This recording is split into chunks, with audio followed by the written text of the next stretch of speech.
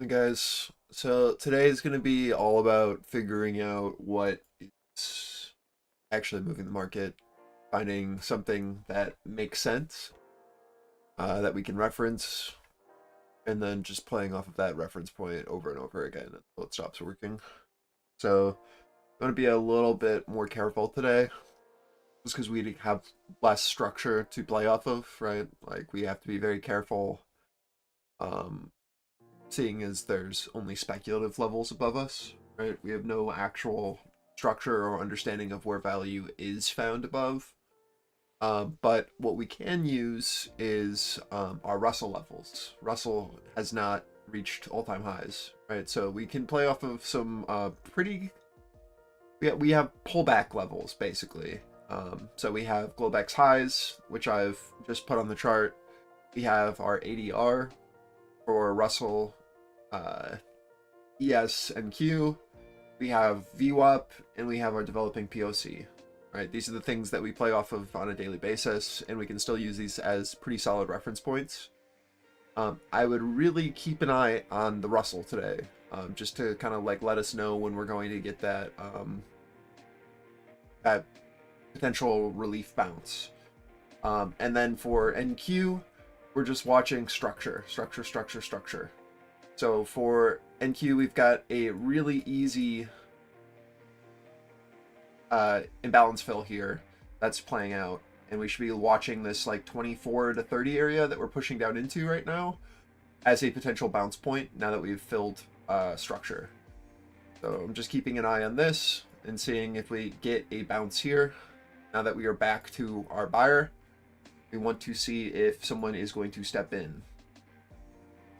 ES still not really a great idea if we're going to hold or not, but Russell just made a new high, and we are back to our potential buyer here on NQ. So I'd like to see someone try to buy here, ideally. Again, at this 24. Yeah, that's about it.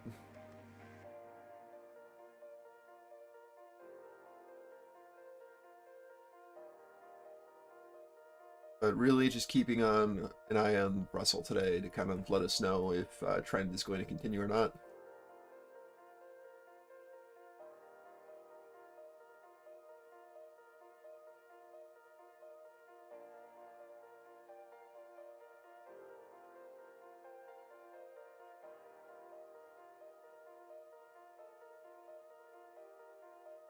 Something that might be worth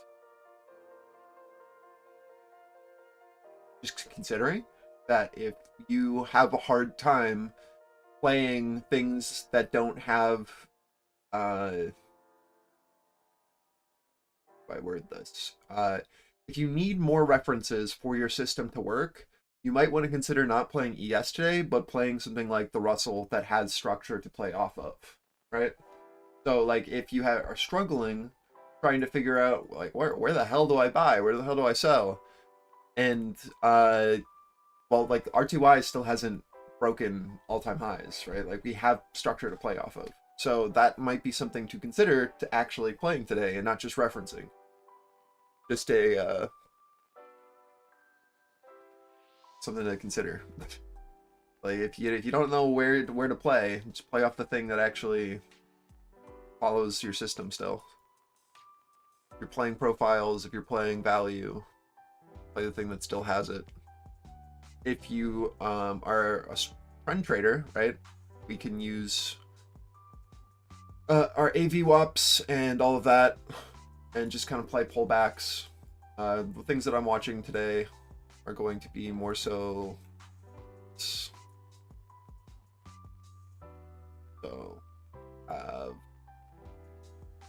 potential buyer here.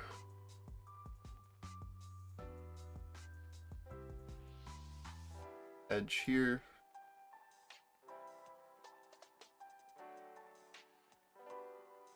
Why is oh.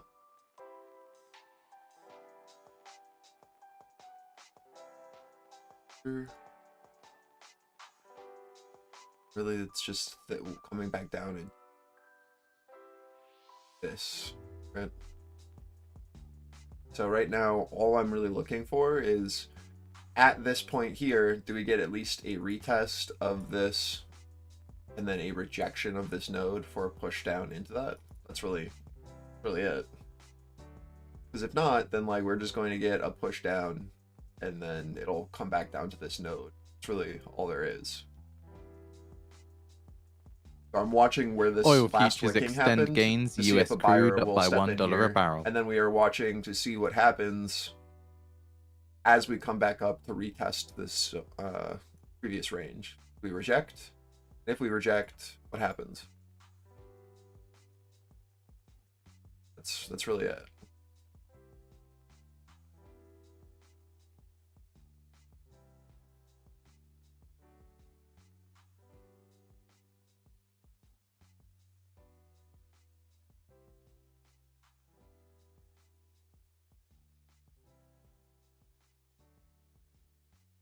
We're just gonna keep an eye on that area.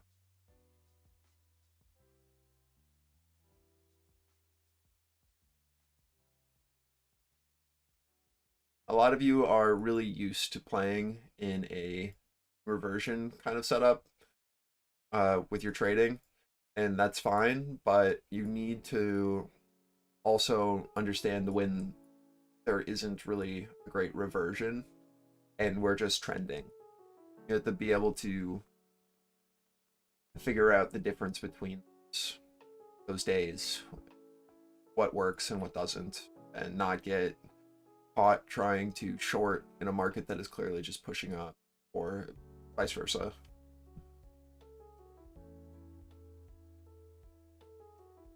So watch this 24, which is where we were looking for a long previously, or not looking, but thinking that buyers potentially would be there. This is where I'd expect sellers to attempt here at this like VWAP to 24 area. They were going to attempt anyway. I'd be looking for sellers to try to push down. Keep an eye on the Russell, holding higher lows still, testing opening range high. ES still holding Globex high. No real bearishness there yet. I would say that NQ probably leading to the downside here. Shortly expecting the UK gilt sale.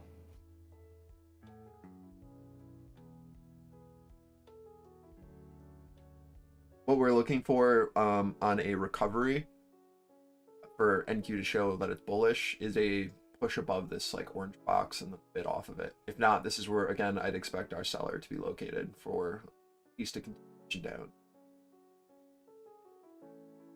Oh, here.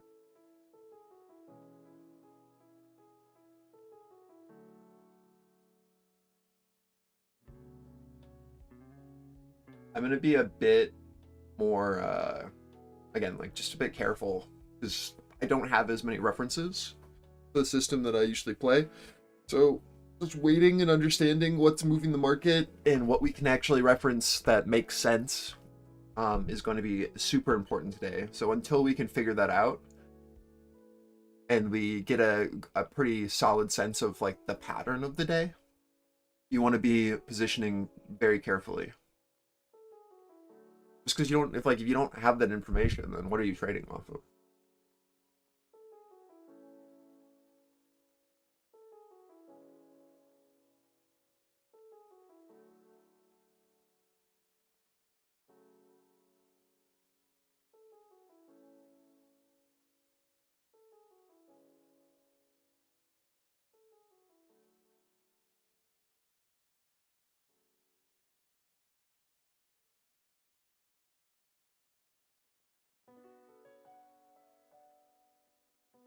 So we can see that we have a LVN here, and we have another. We have our developing POC above. So like if this becomes supportive here, then we can push into this and then pop, build this structure up to like 4750 area, and then Q.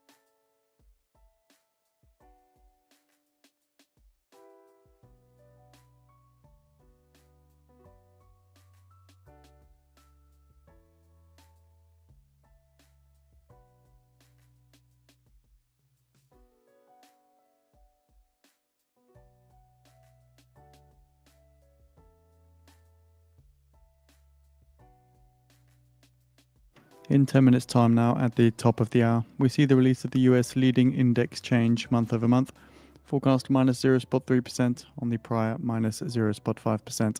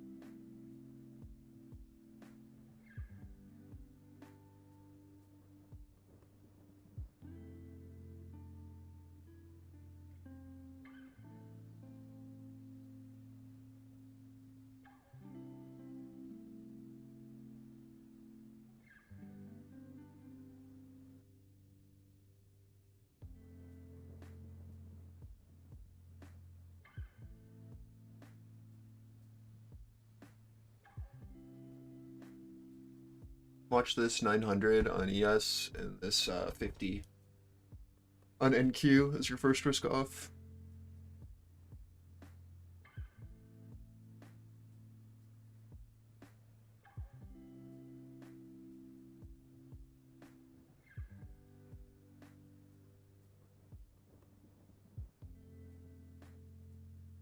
Need to see price be able to push over our ADR on ES, which is this 98 to 900 that we have listed above. This is also our developing POC above us. It's, Russell just pushing up.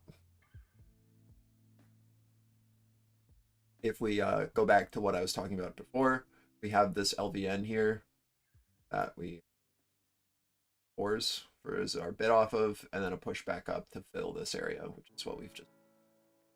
Now we just need to either be able to push above that, or we're gonna come back down and retest this low. Just keeping an eye on this node that we've now built.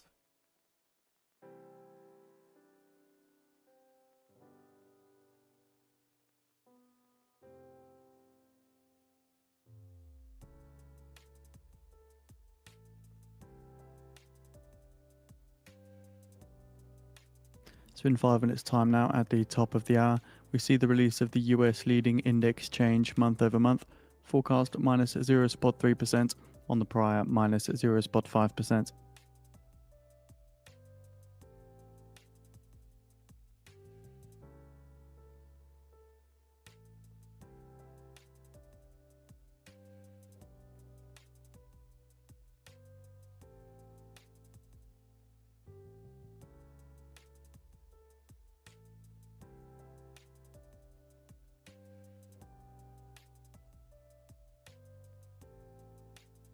I mean, it is usually lagging, right? So if you're thinking about it from like a what's worth area, everything else is pushed to all-time highs, then it's the last thing that needs. Yeah.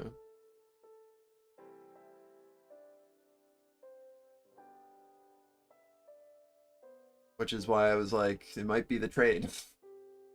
You have the most variables that you can check off to make sure that like it's actually working, and you have structural levels to reference. So it definitely has the most confident, like the most confidence checks, I guess would be the best way to put it. And where I can see like a lot of speculative money trying to position if they don't want to risk at all-time highs on ESNQ.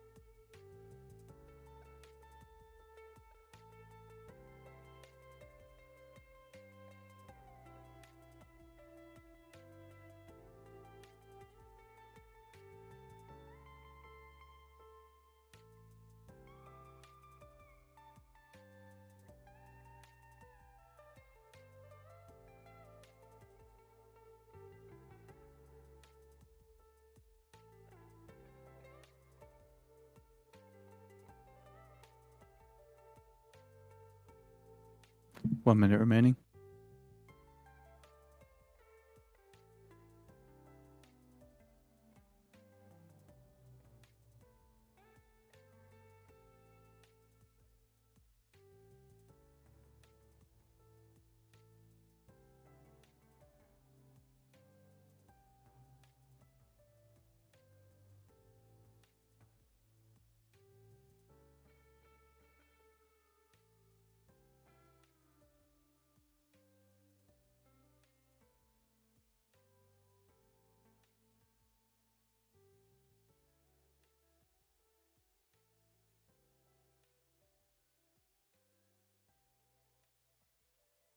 Ten seconds.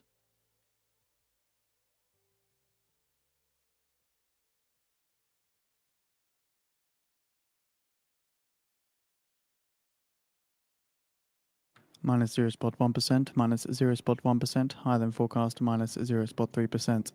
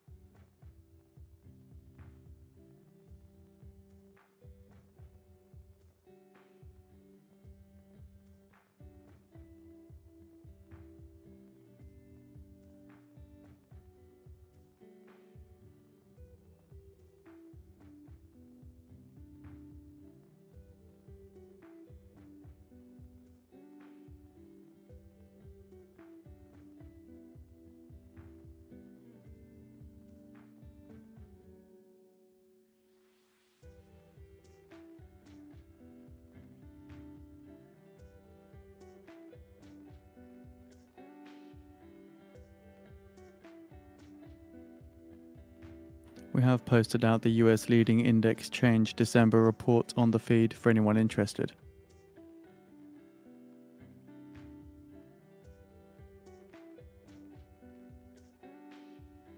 Reading into the report does note that despite the overall decline, 6 out of the 10 leading Right. indicators made positive contributions to the LEI index in December.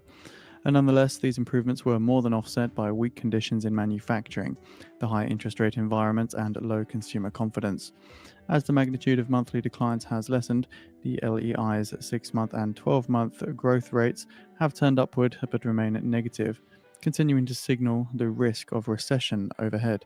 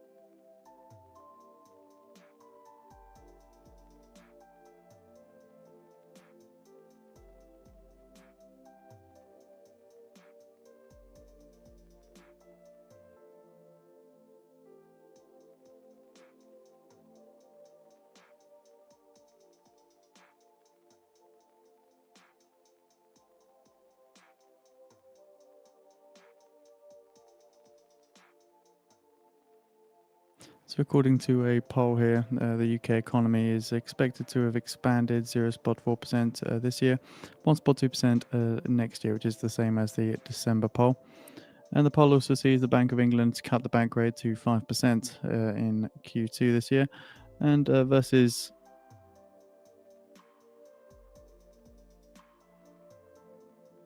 And so we're just seeing initial reports circulating on Twitter here, approximately 6:30 p.m. Baghdad time on January the 20th. Multiple ballistic missiles and rockets were launched by Iranian-backed militants in western Iraq, targeting the Ain al-Assad airbase. A number of US personnel are undergoing evaluation for injuries.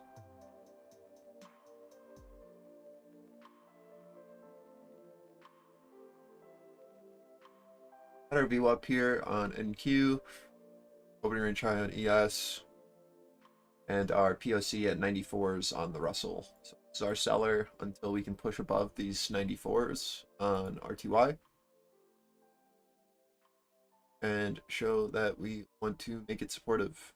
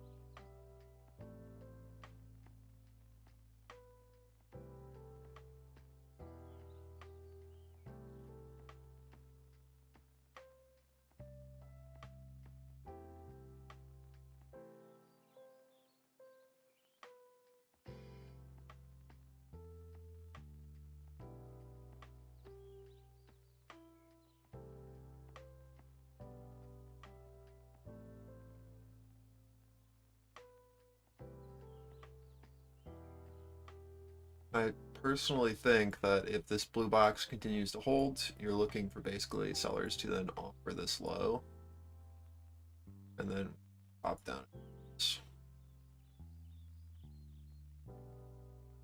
We can't. There, we build.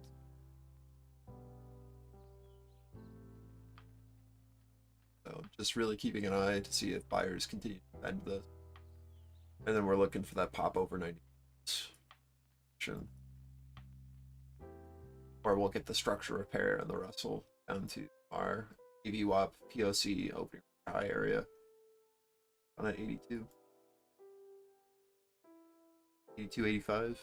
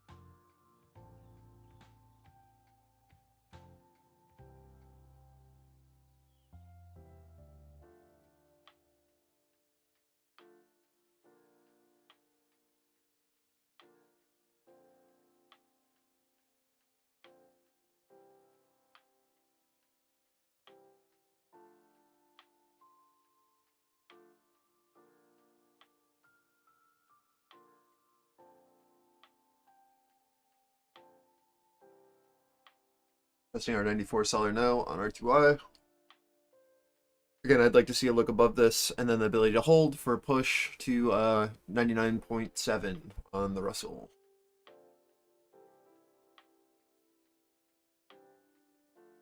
Failure here and a look back below will lead to a structure repair following the path that we have drawn below. Really would love to see a bid be able to now hold this blue box or continuation up. NQ just chilling at VWAP and our POC. Nothing to really say there.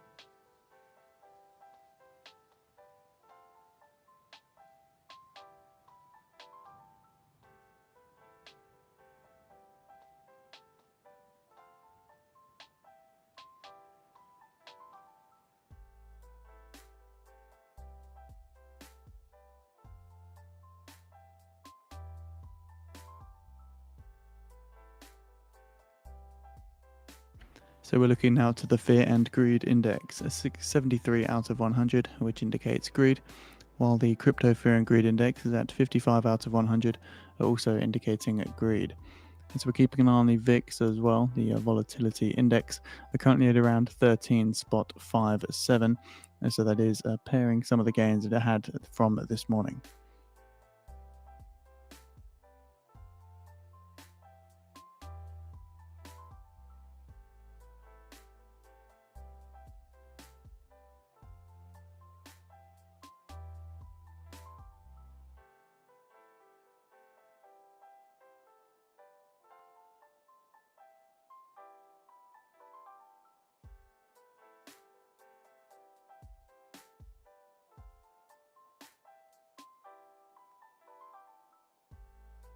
Watch this 24 area on NQ. We come back down into 0 on NASDAQ tick. And our 94, 92 area on the Russell. This blue box retest. We're just looking to see if buyers relieve here and push for a higher low, or if this is our rejection point for full oscillations down.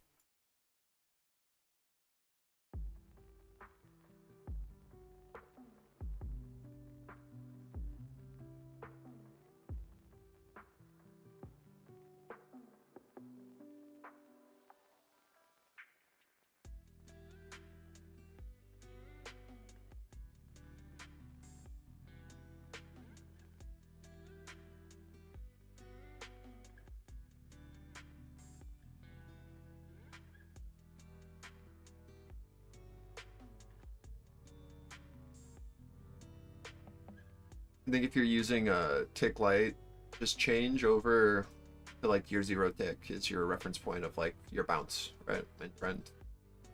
Really all we're looking for. We're just oscillating between like 0 and 500 to 1000, right? So we just make that our base and look for price to kind of come down into that 0. And like if it holds 0, then we've got like a pullback level. If it fails, then we're looking for a full push down at 500. But as of right now, we've been oscillating around basically just that tick low.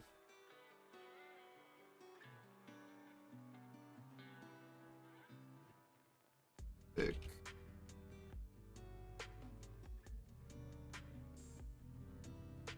You're confused as to what I'm talking about. Just tick. Let it load.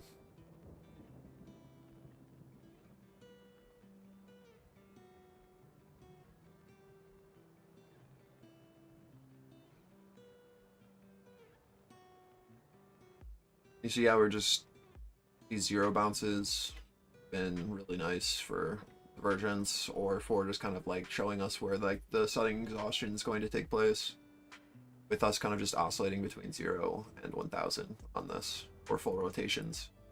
So I'd definitely be looking to take profit or risk off into this 1000, but as we come down, you should be looking for until this 0 no longer, just for like our rotation ends. So basically right now we're oscillating like this, right? And we can make this even more accurate by changing to NASDAQ specifically for NQ. Let that load.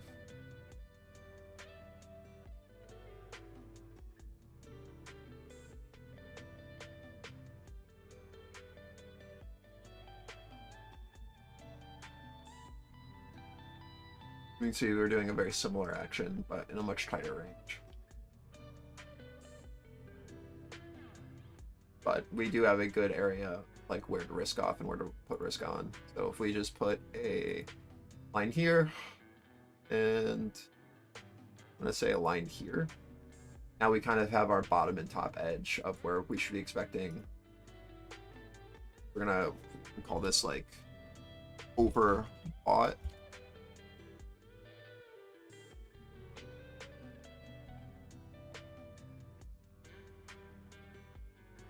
Sold. Right.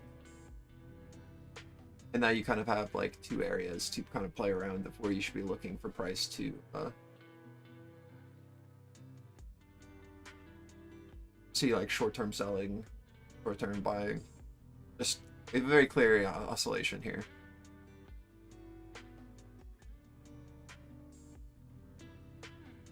So like what I look for on stuff like this is what happened in our last reactions into these areas and what happens into these highs. So like the last time we were at this overbought, it's like 734, was up here. So if we're seeing selling at the exact same level, but at a much lower price, then we have like sellers in control and we have less enthusiastic buyers, which means to me, price continues down. We have some divergence there.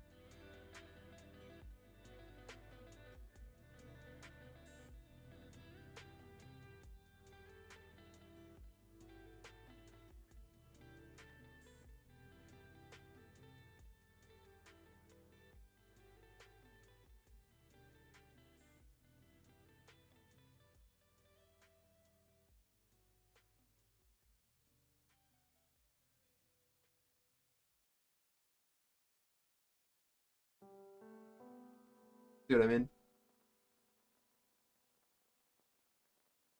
So like until this pattern shifts, we have some pretty solid levels to put risk on and take risk off into.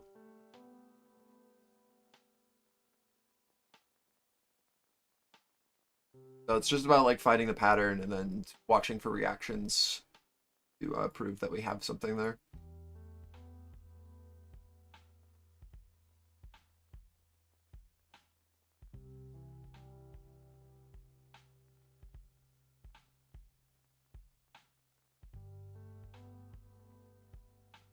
Back to our overbought, quote unquote, on NQ and ES, back up to the highs on tick. Just looking for shallow pullbacks now. See if this will hold.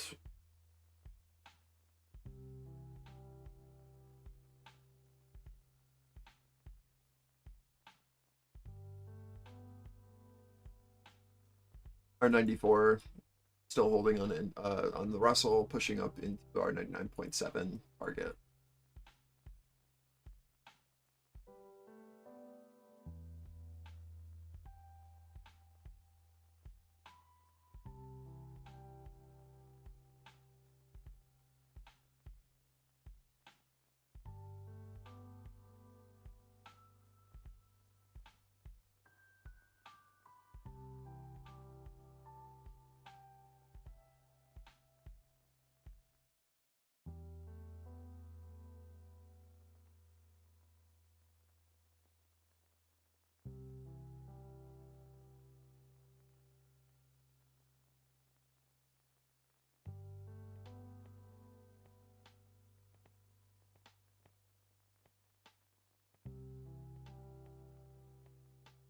A pretty strong seller at 2005. You can push up to 220, but there's clearly someone at 2005 on Russell.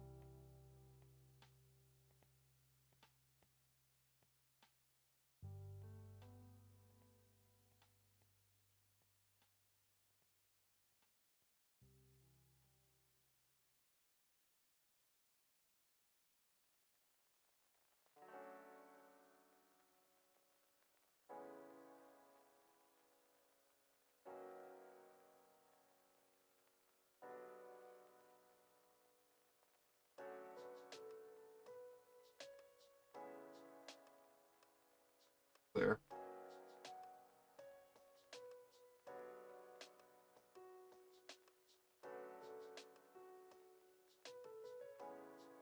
Seller.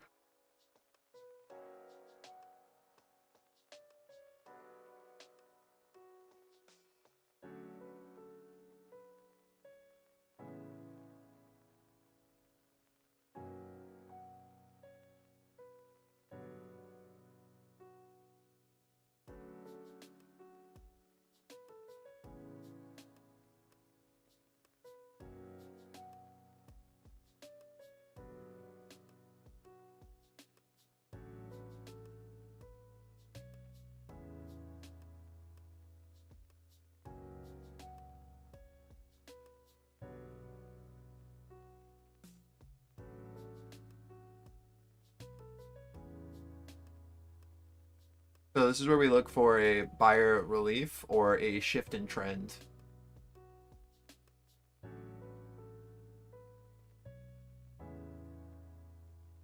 Watching Russell here into our 94. We want to see strong buyers here, or again, we could have a shift where these pivots no longer hold.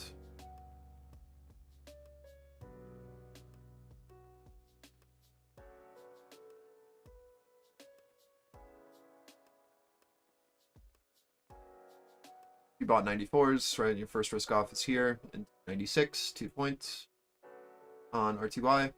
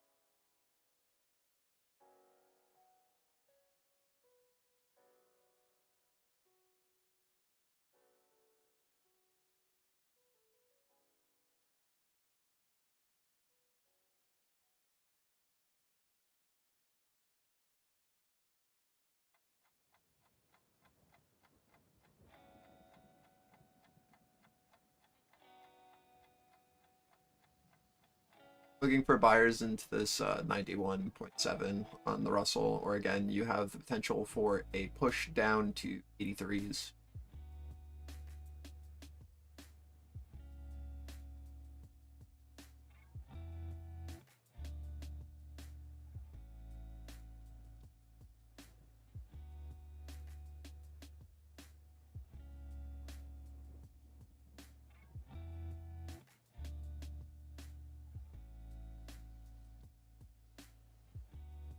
Good way to find like those potential areas of trend shift.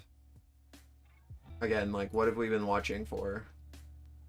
Well, we started to see some divergence with where these higher lows or these highs were being pushed into our overbought area on tick, right? And we were looking at this 0 as kind of where we were looking for relief.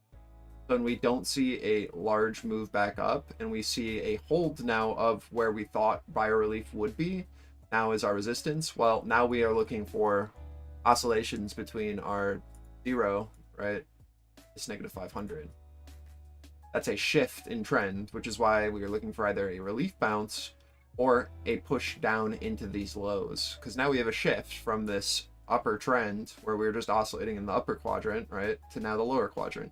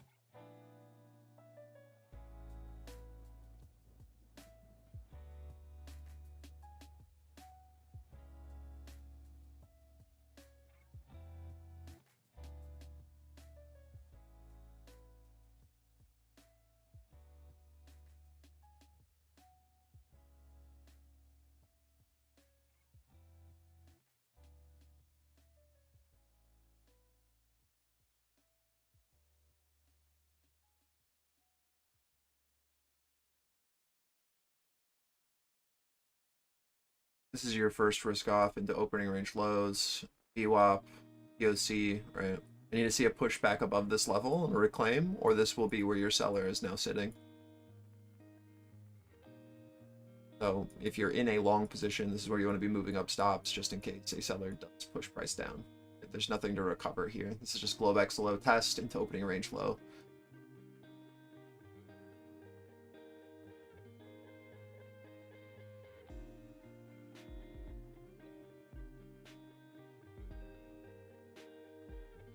We need to see a push and hold above opening range low for you to feel comfortable in that NQ position.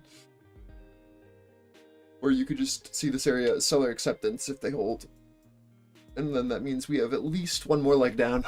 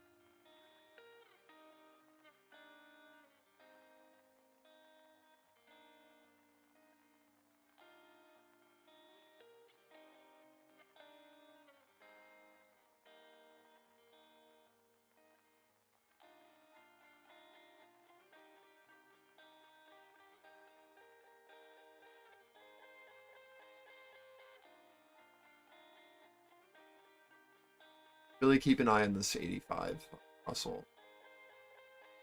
We can sell. Need to see a low actually get called on Delta and kind of like come in. So watching this area that we have highlighted just kind of makes sense as of right now. Where price could push down into. We've got our previous POC there, opening range high, our AVWAP, all of that. So this area makes a lot of sense for price to kind of gravitate towards. It doesn't have to, but like it would be where I'd want to see a price bid into, which is what we had drawn before, right, on this rejection. So just keep that in mind, that we're like either looking for a recovery of this POC above at 92, 94, or a push down into this area of get a confidence check of where we're headed.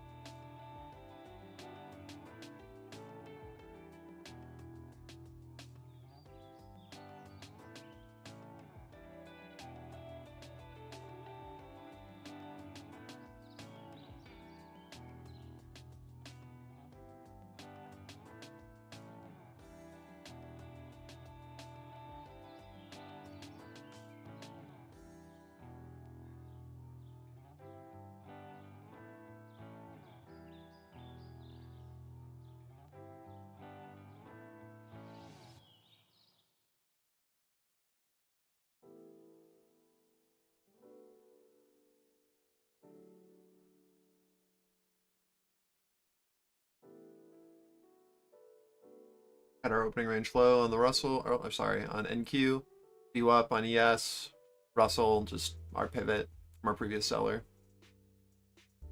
So just, again, you need to see if we're getting one more leg down or not, or if we can recover these areas.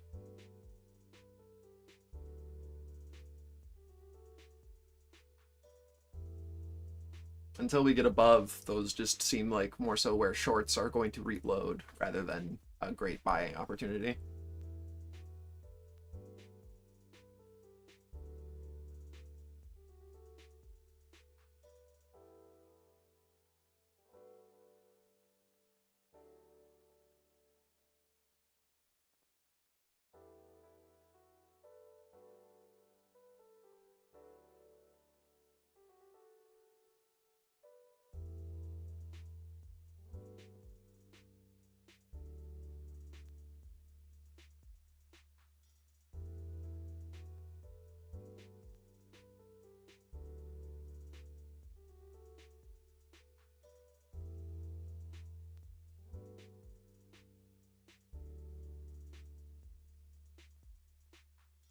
One of our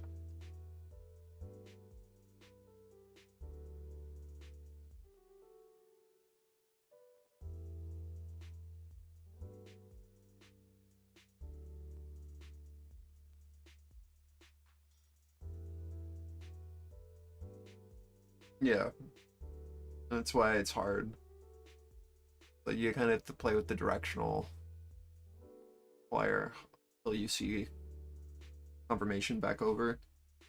Like, there's definitely someone trying here, but it's just very weak as of yet.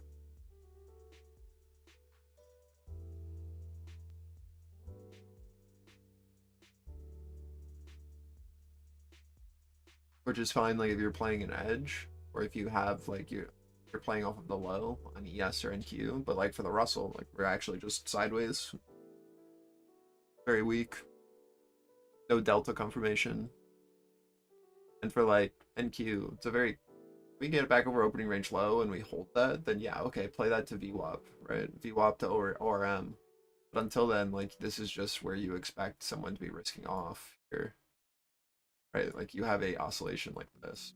You need to see is for this to then hold and then pop and play into this. So this is just your short until, or what we're seeing, waiting for a pierce above and then hold for a push into the area. Until then, like, what are you doing? You're looking for a breakout at resistance?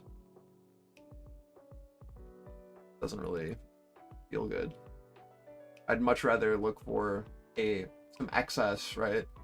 Bubble low, Globex low, play off of that, and then look for a pop back up to this as your risk off or your take profit, rather than looking for a continuation before a retest.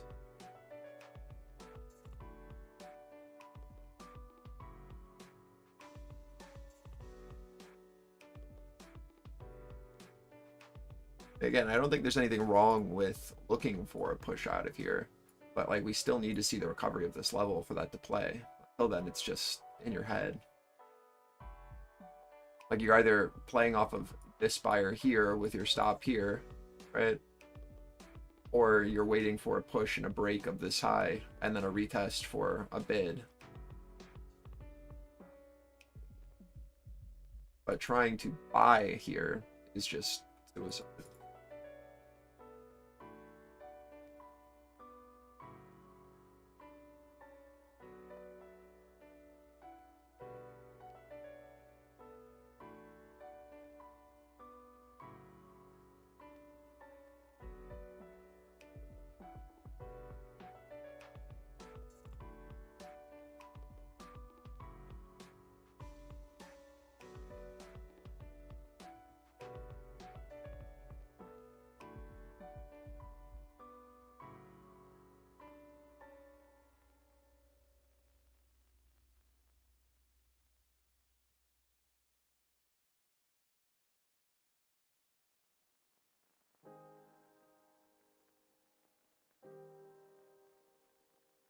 No, today was this weekend was don't leave the house.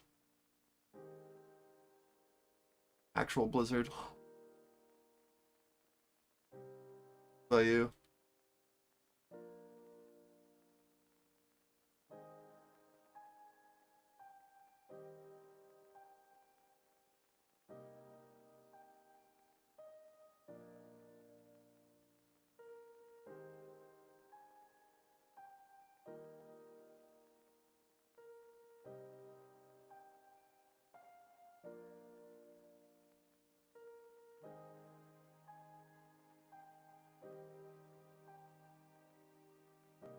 According to the Secretary General, Gas Exporting Countries Forum sees tight global liquid natural gas markets until 2026.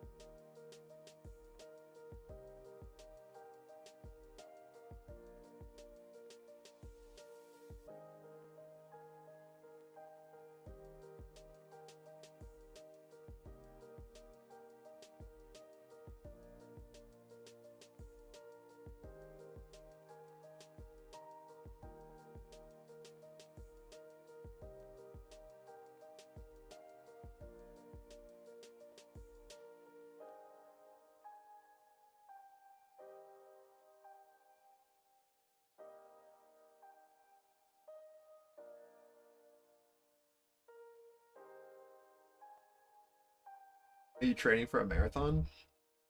What's the deal?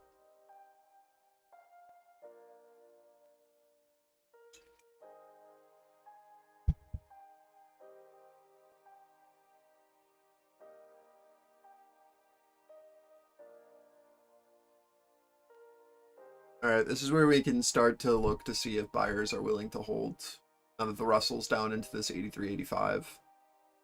If this doesn't hold, then you look for VWAP on RTY, right?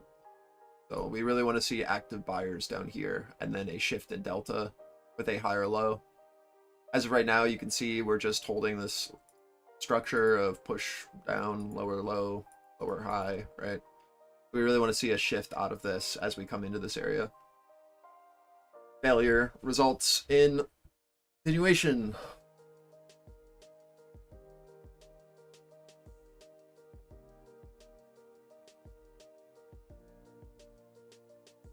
And more from the Secretary General, saying Gas Exporting Countries Forum expects liquid natural gas demand growth of 1.5% this year, 22% increase by 2050.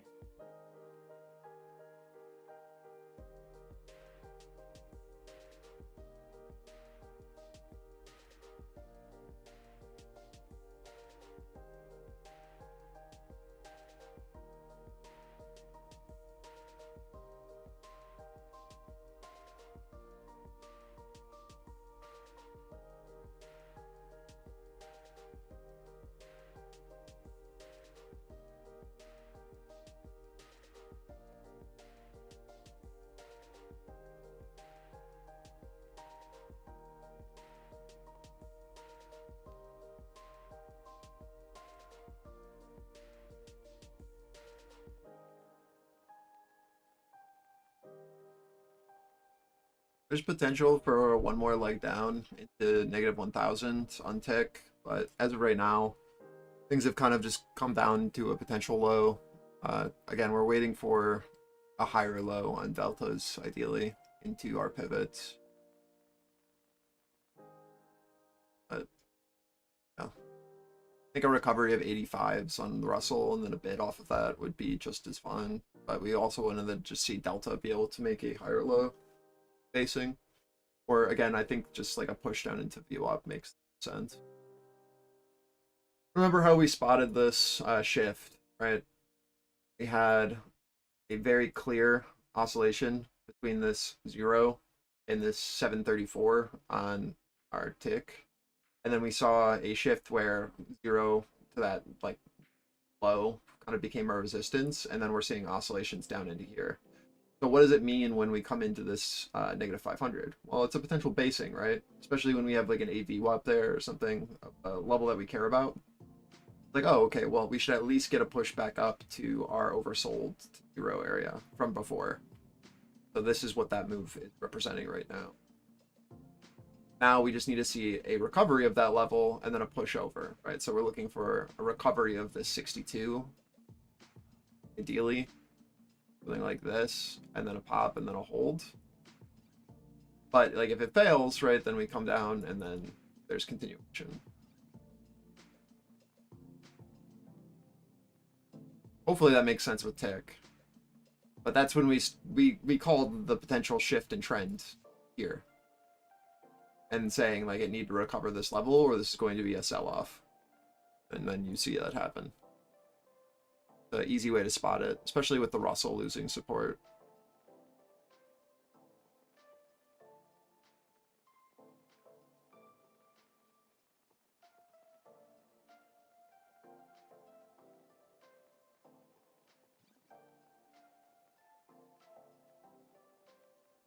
So here are your tests. This is NQ Globex low, ES opening range low, and our 85.2 on the Russell. I'd really like to see buyers be able to really defend these levels now and this look into it. If not, this is where we expect sellers to now try to defend and put the price down.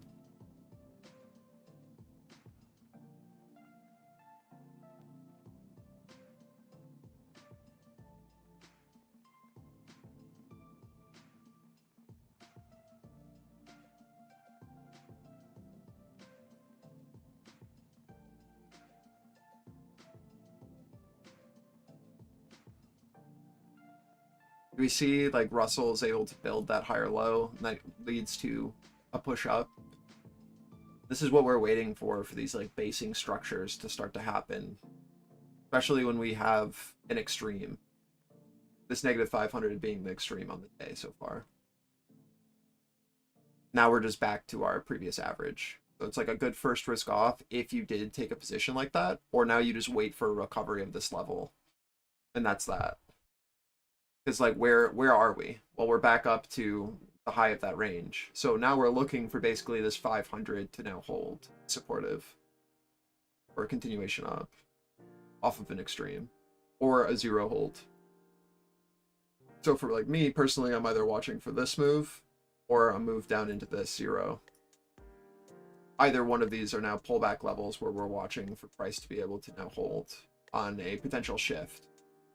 Like we have a push down into our A view up. We have a clear showing of a seller pushing price down, lower highs, lower highs, lower highs, right? Lower lows, lower lows. What we need to see is a recovery of this node. Until then, this is resistance, right? I'm just trying to like show you like the logic that I have here. So we need to see a recovery, a push, and a hold above this for you to think that we have a potential shift in trend. If not, this is just a mean reversion back to our seller offer. Now we need to see a recovery of this seller for them to get out of the way. If they do get out of the way, then we can push up to our next sell level. But we still need to see that validation, right? That confirmation here. Again, really paying attention to like where Russell sold off last.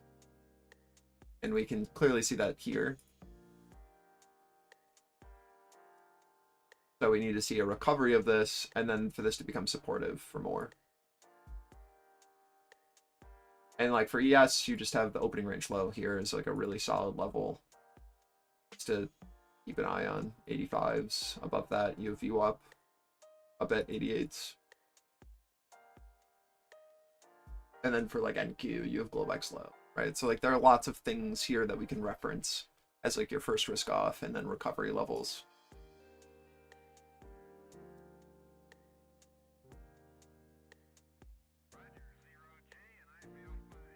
So here's your zero retest on ES tick.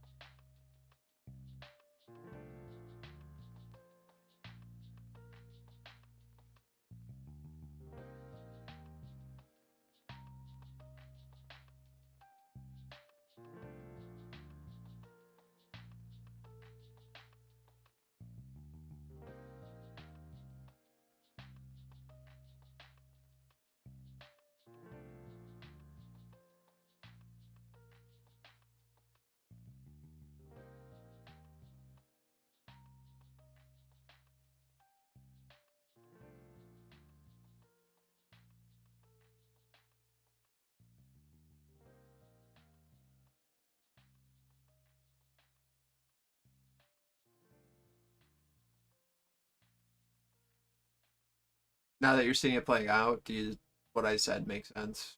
Like us pushing into that 500 from the negative 500 into our resistance where you expect shorts to be. Same thing with the Russell. Like we need to recover this level, or it's just your risk off, right? So now it's just, can we build a higher low, or is this going to now be our reference point for a push down? Ideally, the Russell can hold this 85, and then we recover 88s for a push, right? And then we just have sellers getting trapped down here.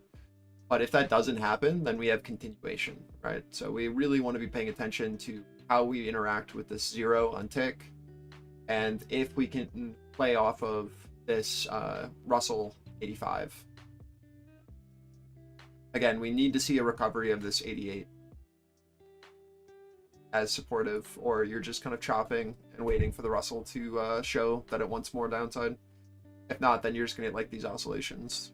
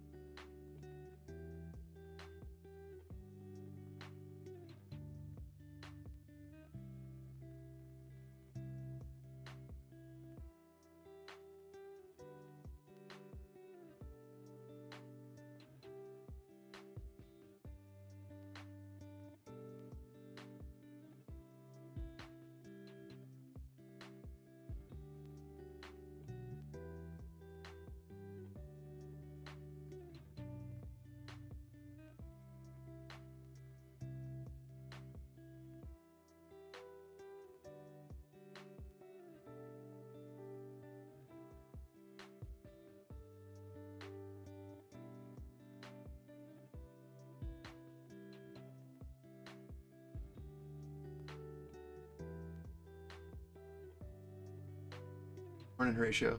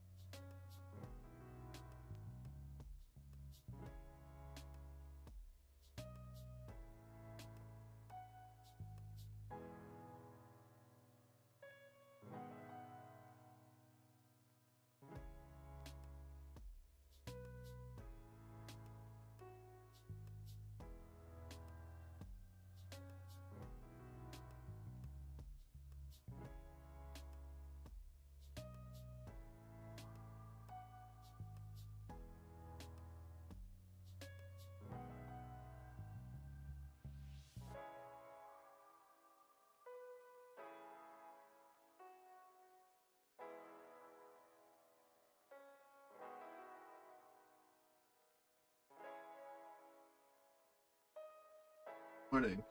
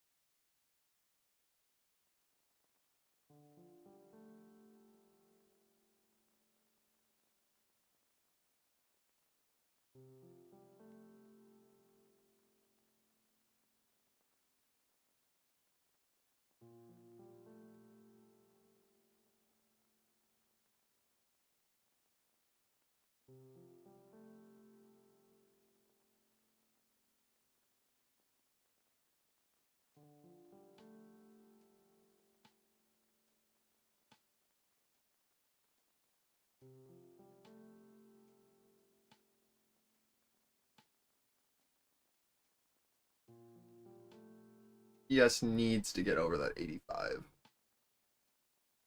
But this is just your current range, and you're just looking for a break below either 75s or 85s, right? Like that's really it. You're just oscillating in between. I'm really just watching our tick or these scalps. Like as soon as we can actually hold 0 off of a test of 500, right? Like that should be a great sign that we can get higher lows. Hopefully this is like you're seeing this. We have these very balanced lows and highs that we're pushing into. And so like you just need to respect them. And then ideally at what point we hold the 0 and then actually show like a shift in trend. But like these represent like really good solid risk off for short, risk off for long, and then wait for direction in between. This isn't anything new, it's tick. Where I'm referencing tick a lot more today because we don't have the structural levels that we usually do to play off of. We're building them right today in this area, but like just to understand what market direction's doing and where the market is headed, like you've got to reference tick today.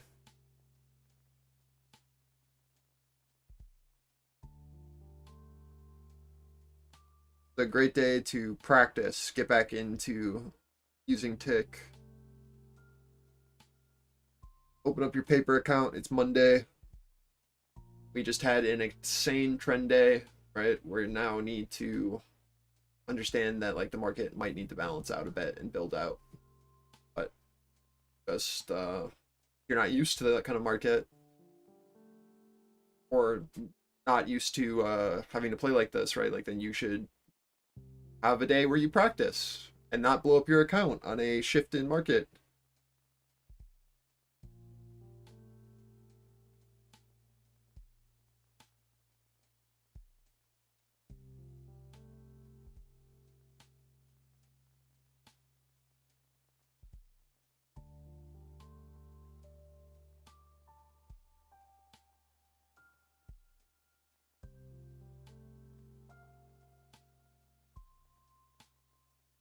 Testing our Globex low now on NQ. Trying to build a base. I'd like to see the Russell be able to hold this 85. And then push above and then make that supportive. As of yet, still very choppy, very weak.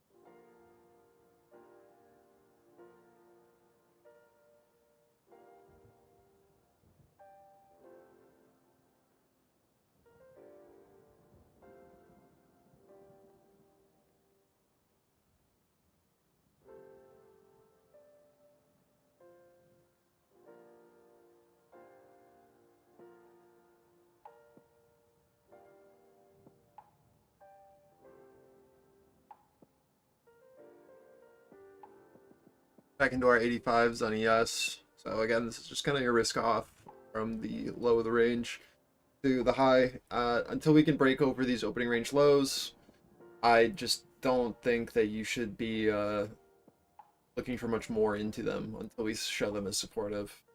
Hopefully that isn't a crazy take and that you understand that until we can break back into our opening range on the day, that is a bearish sign if we can't get back in, right?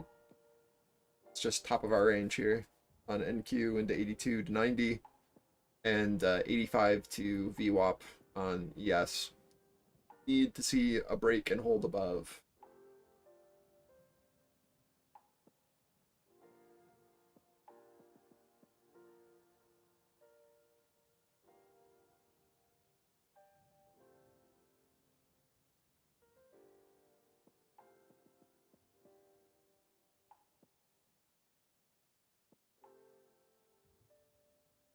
Fed bids for 3-month bills total $4.4 billion, and Fed bids for 6-month bills total $4 billion.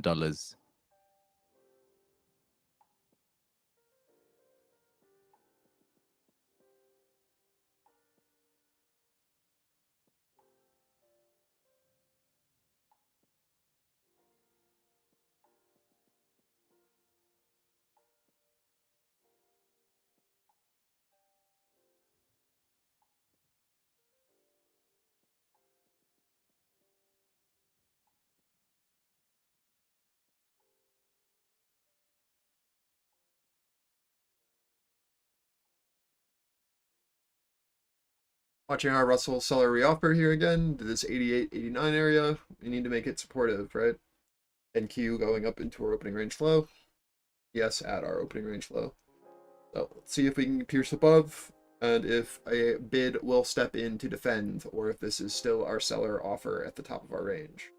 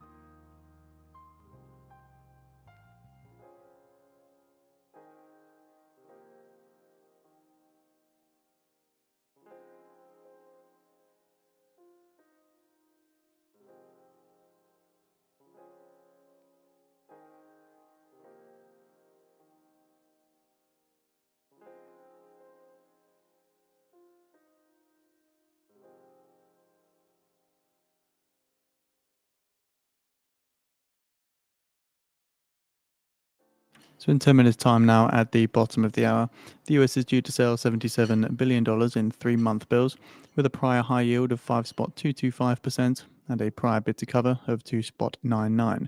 The US is also due to sell $70 billion in 6-month bills with a prior high yield of 4.975% and a prior bid to cover of 3.17.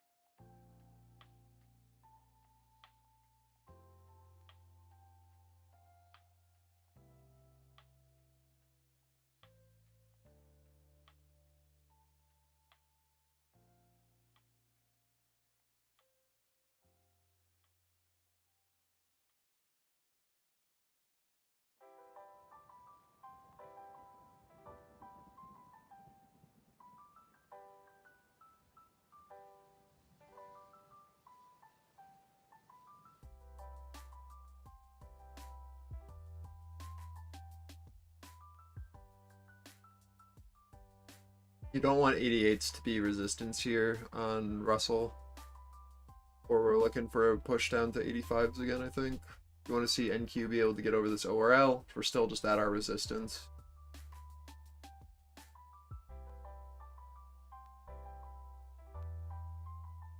Top of the range. So need to see buyers not lose momentum up here, or we will shift back down. Keep that in mind.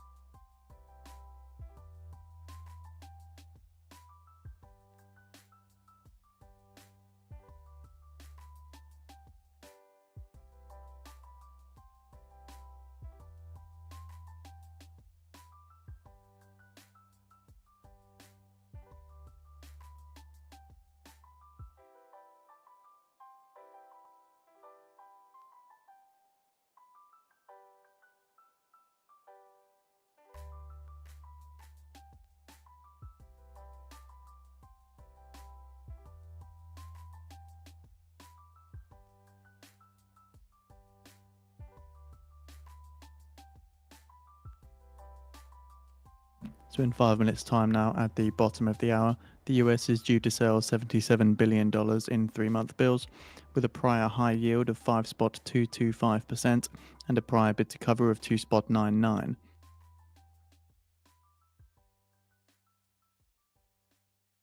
The US is also due to sell $70 billion in 6-month bills, with a prior high yield of 4.975% and a prior bid to cover of 3.17.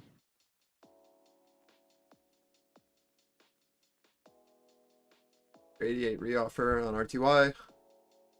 NQ testing opening range low on a Pierce above. ES coming into our VWAP and day open.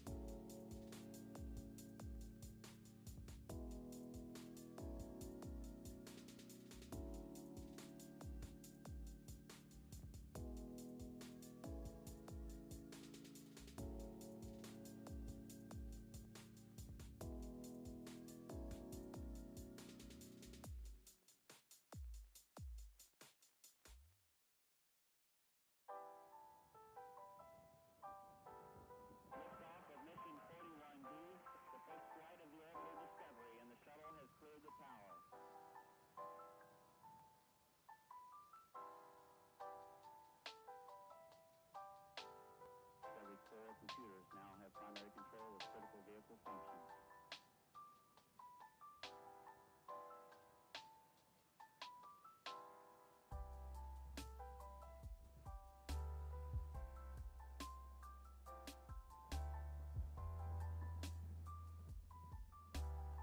Shortly expecting results of both the US and 3-month and 6-month bill auctions, are leading with the 3-month high yield.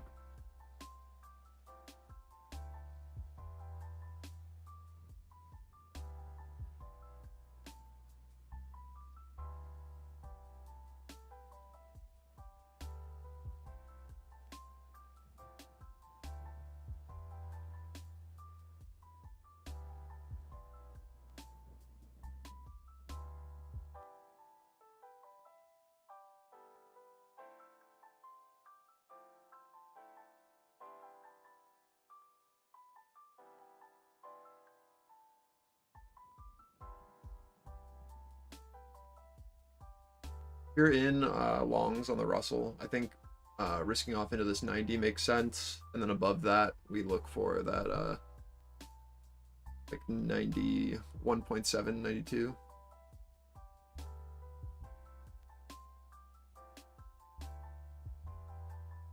this FEG high here, 92.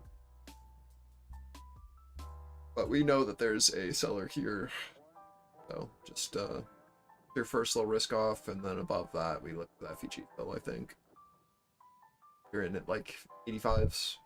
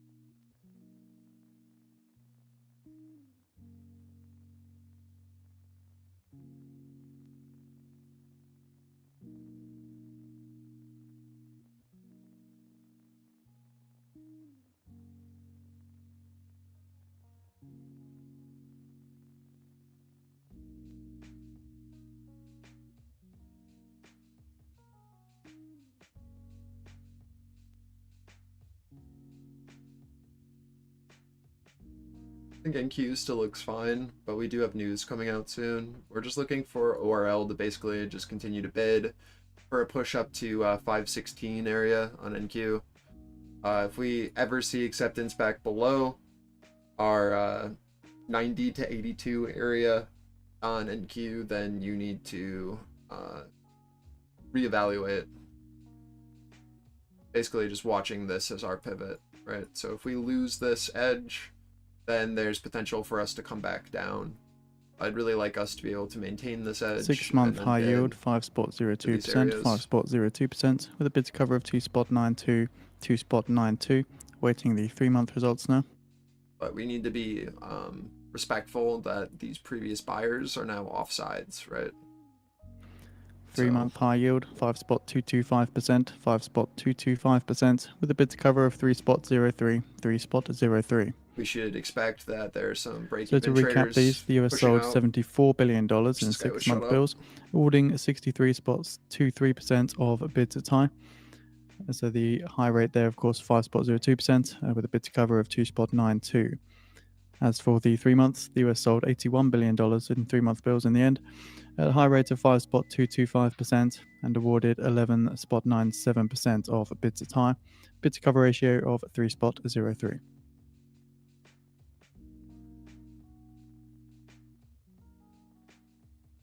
So I'm just basically looking at this area as sellers taking break even from being offsides, and where shorts will be looking to re-offer, right? Until we can push above this and show these bids as supportive again and actual markets kind of like coming in to buy.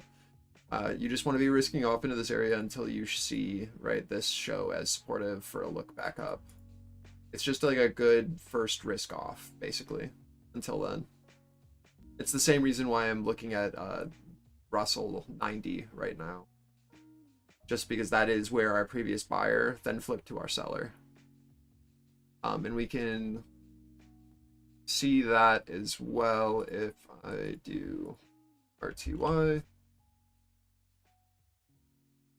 We can see that this is where our previous buyer was located, and then it flipped to our sell. So we want to be watching to see if we can recover this level, and if they then push up into our seller POC above at 92s.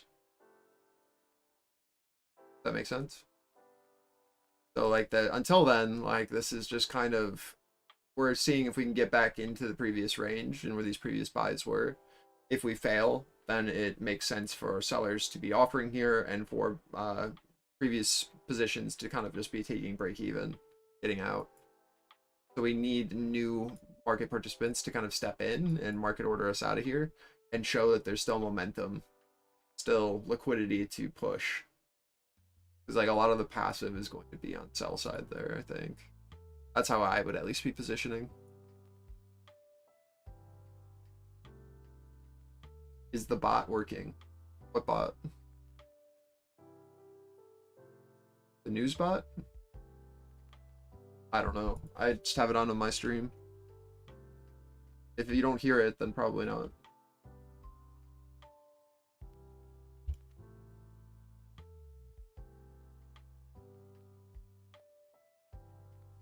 message Tom whenever it's down. I have it muted because I have it on my own setup.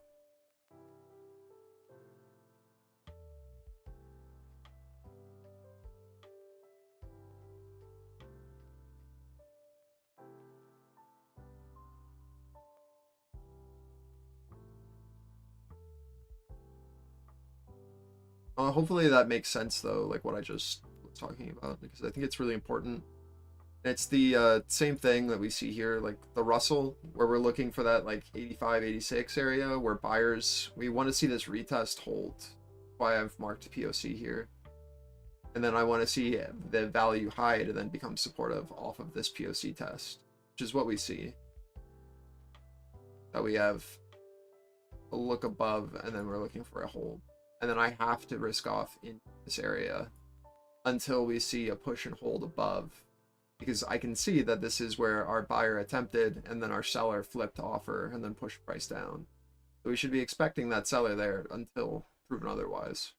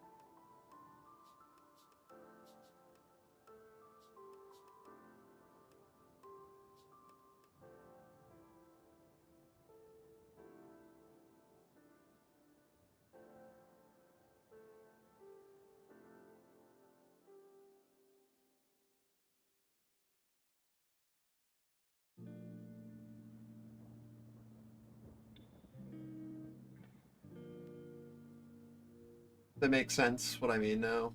Like the sellers closing. Like they have to look at where previous buyers were and expect that's your seller offer until we get back above. You can see that on like the Russell as well as on NQ. Now we're just looking for a higher low base to build, right? We want to see previous sell now become supportive. So this 82 to So 90 according to a becomes Turkish very parliament important. source, Turkish Parliament's General Assembly is set to debate Sweden's NATO membership bid on Tuesday.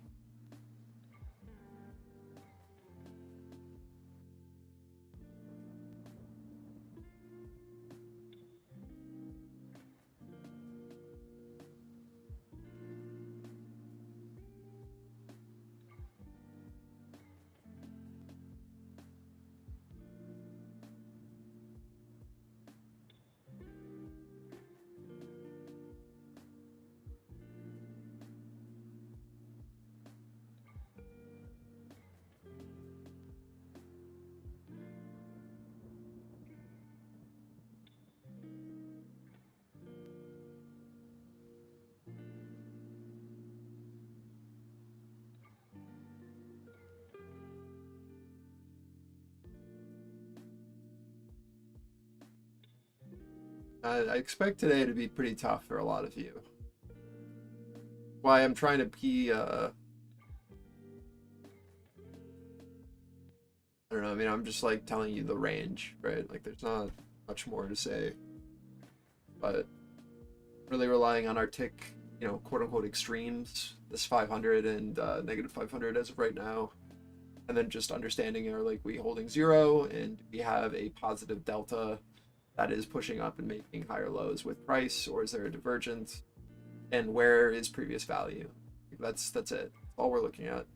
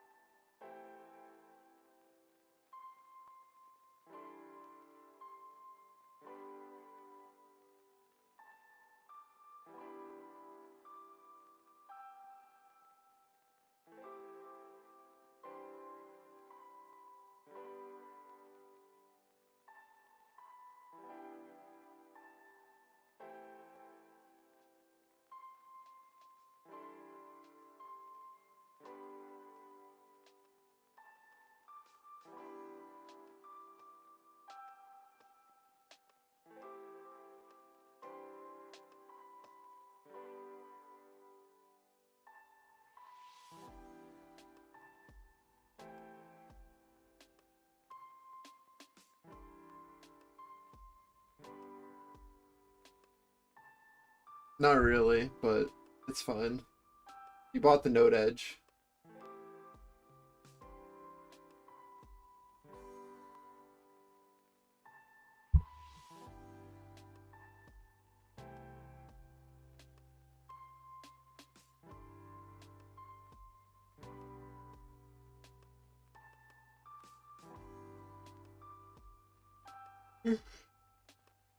You need to see the Russell bounce here at 85. You don't want to lose this guy.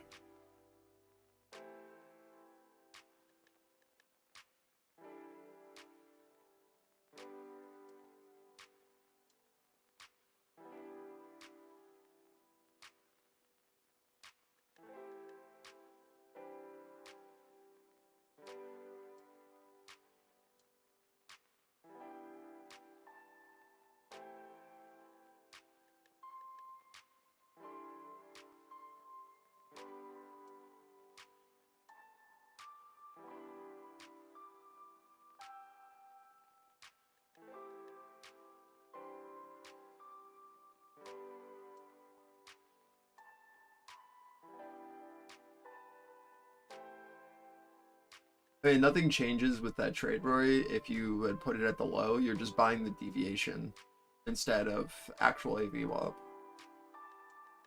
Like, it'll just be one deviation up. It's fine, right? Like, 82 is a level, but like, you're not really playing with that guy efficiently.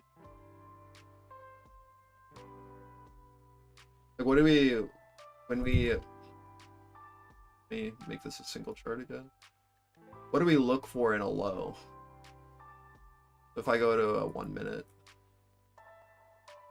why do we care about this low? If I put an AVWAP on it, right? What?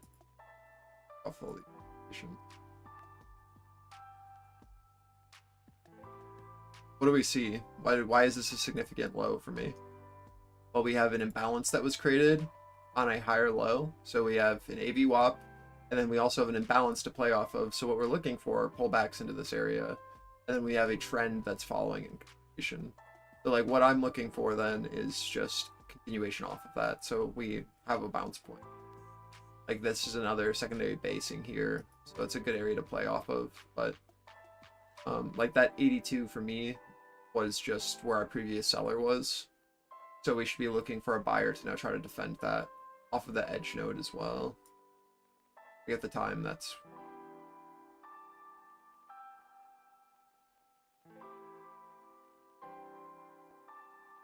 right. It's just like our node edge from where our seller was previously.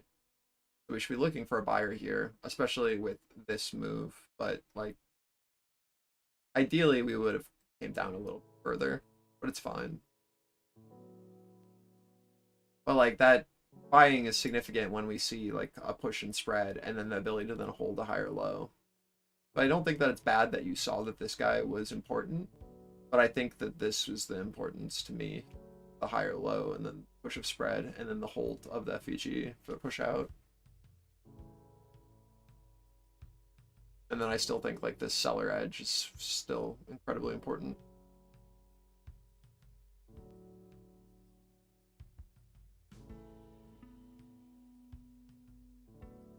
Got our hold of our 85s on the Russell, but we need to get back over 87s for this to matter. Market is moving so slow today.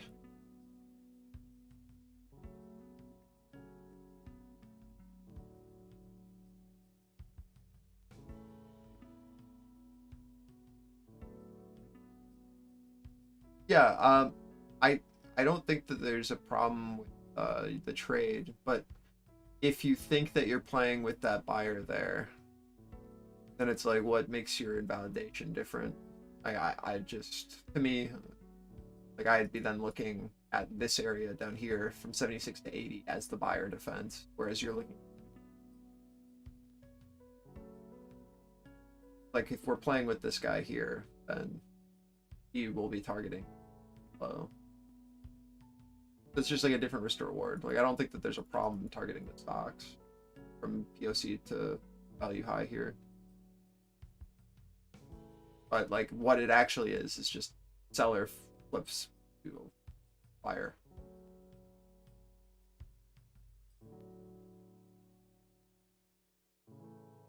Same like with right here, right?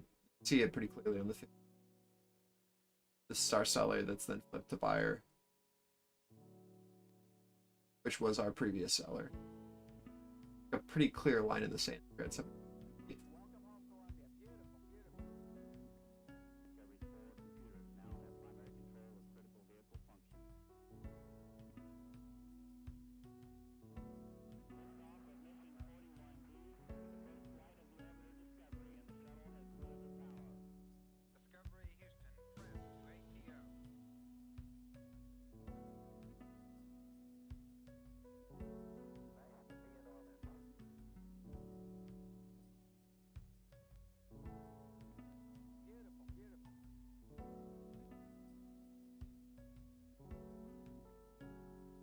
Now we're just holding 0 on tick resistance.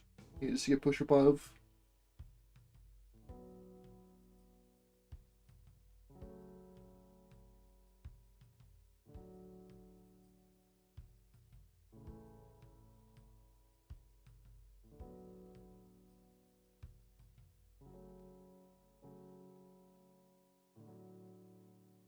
I mean, I know what you're looking at. I don't.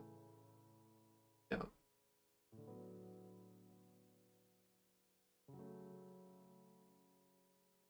But do you see how you're? It's whatever. You've got the volume profile, so it's just understanding why that area is important. It's the recovery. That's your seller is now flipped to your buyer. Just look at the volume profile on the left that you have marked.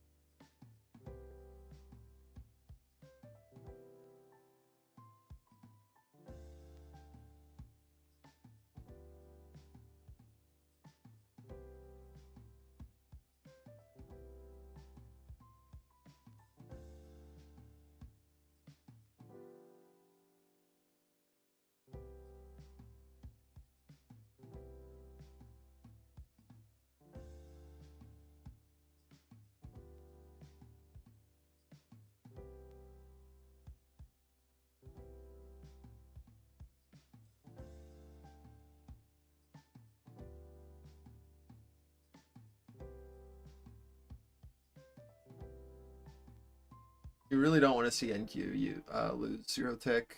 If we lose any momentum on that, that's kind of our last line, right? Defense.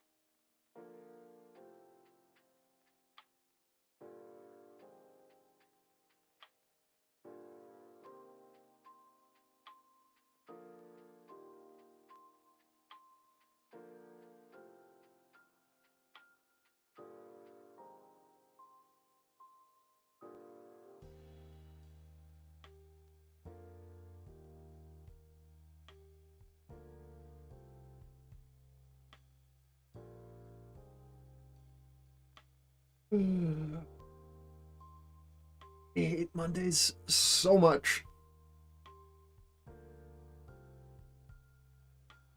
I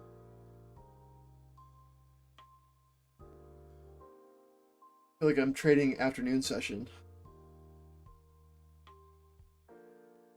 Okay, Bark. Jesus.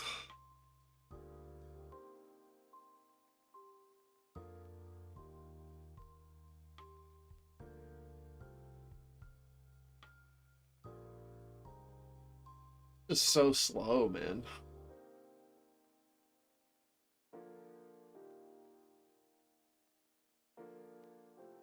No, I tagged you and then didn't watch it myself.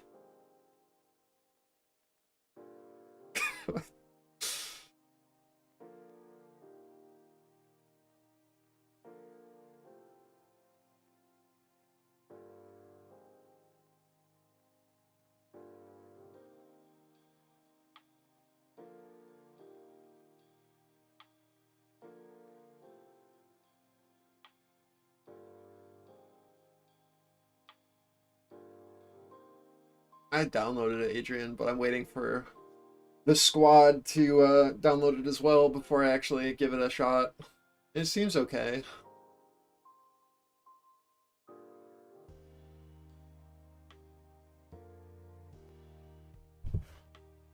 Wonder if Varg roasts you for calling it manga.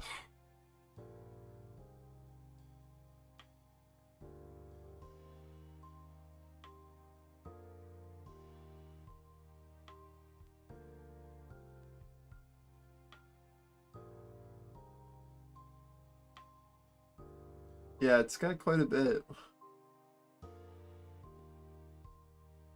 I mean, it's like clearly an alpha game.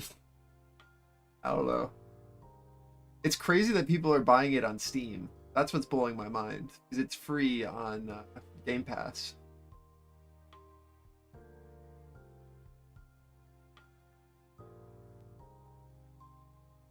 So, like, that to me is a little nuts. It's also crazy that there's a game that's in alpha on Game Pass. What kind of deal did they get there?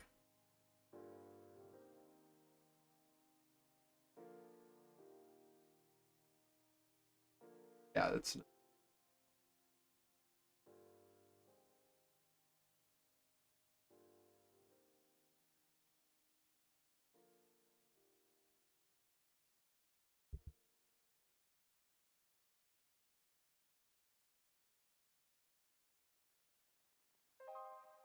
I'd like NQ to be able to hold 504 now on a breach above.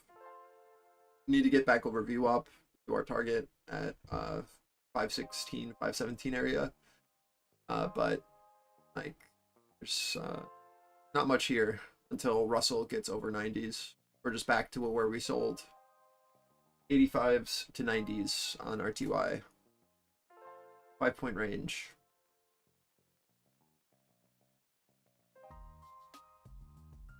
Yeah, Xbox Game Pass, free on there. Yes. Which again is why I was really confused when 1.2 million people bought it on Steam. But it's also on Epic as well. So that's 3 different markets.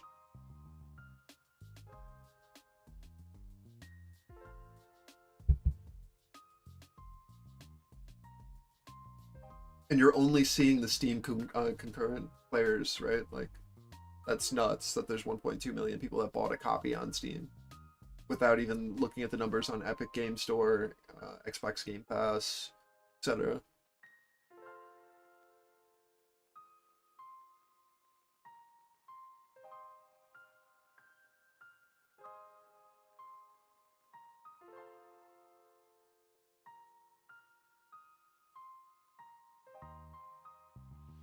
Back to our 90s on Russell. We know our sellers here. Just VWAPs on ES and NQ. Holding our 500 on tick on both NASDAQ and ES tick. Nicey tick.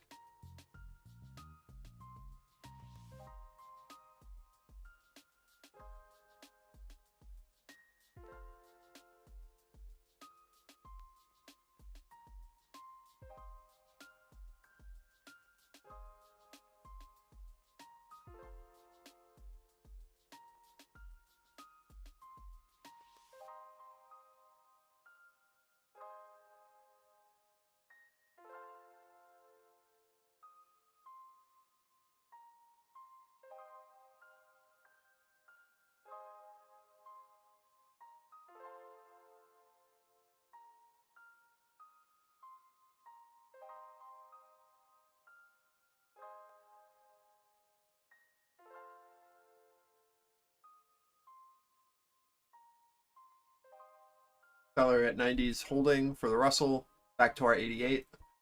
Ideally, 88s now kind of show as the low for the RTY. This is where POC is. You don't really want to see this become an offer. Not a great look.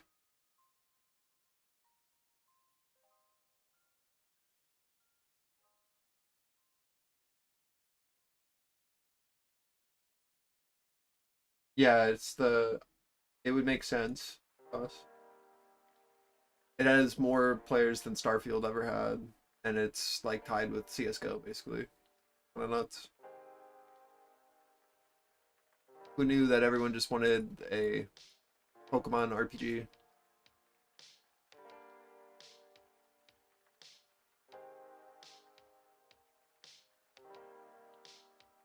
I'd have to get a dedicated server because it's four-person local multiplayer or whatever, like a small server. So I'd have to buy it dedicated for everyone. We wanted more than four.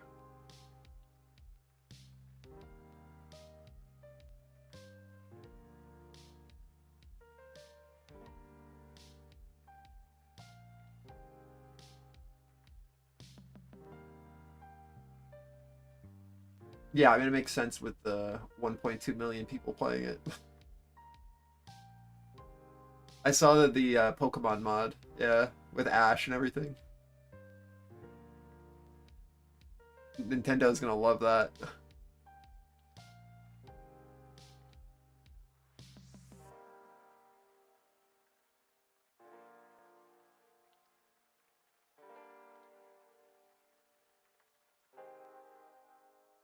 No. I mean, it's not really a knockoff. It's more like Arc than anything.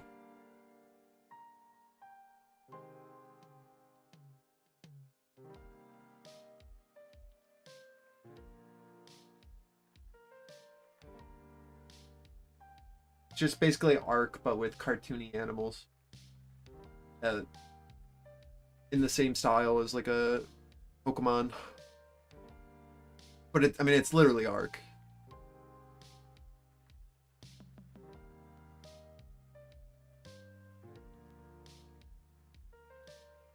Like you breed and you enslave animals for your bidding, and then there's survival. It's just Arc. Build a base.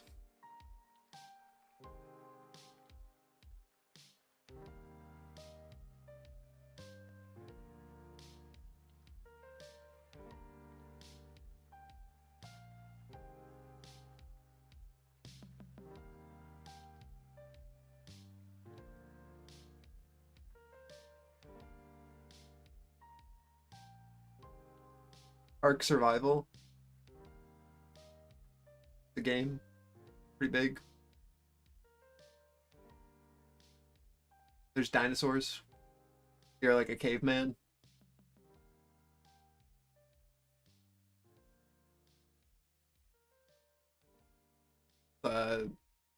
Multiplayer PvP game. Like Rust, but with dinosaurs. Basically. Yeah.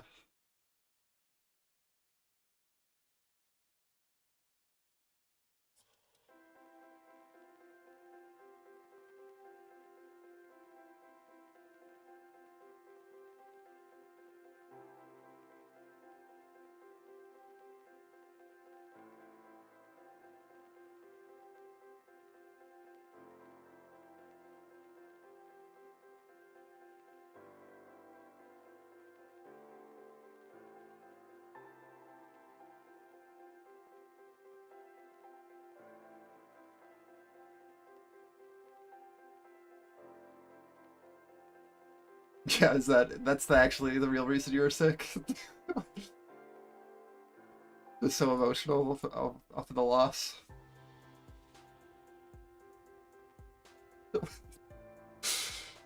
Mm.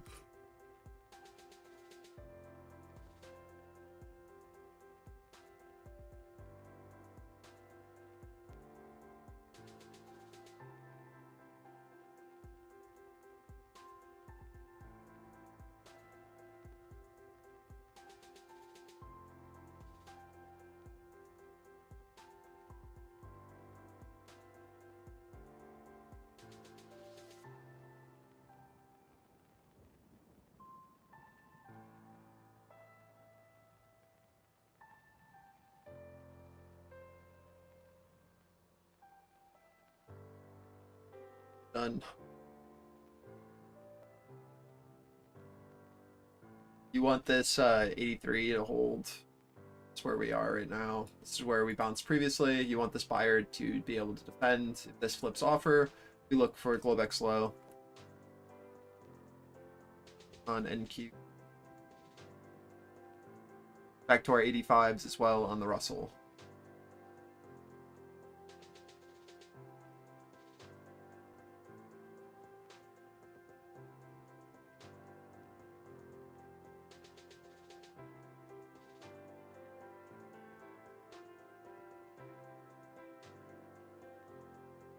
So it's a great first risk off, and we just look to see if a bid steps in. Pick shows the potential another leg down. Just wait. I'd like to see NQ tick, or NASDAQ tick into negative 500 ideally for a relief, but watch this Globex low like we were just talking about.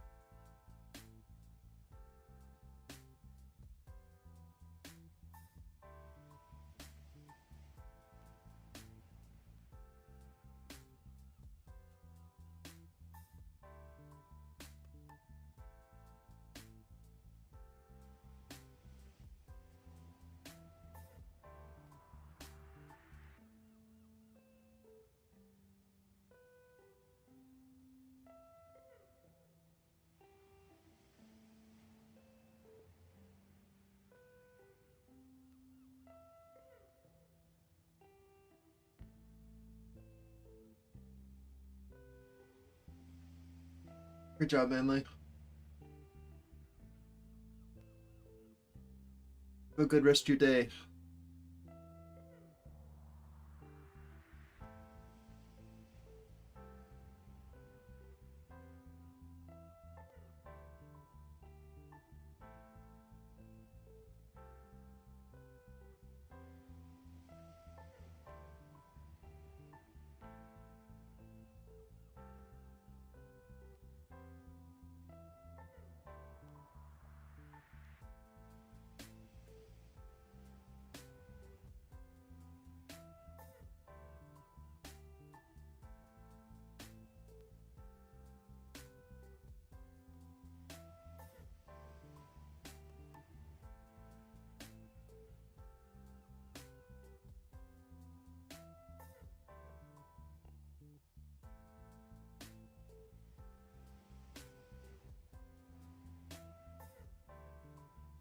Oh, nice. Didn't realize that.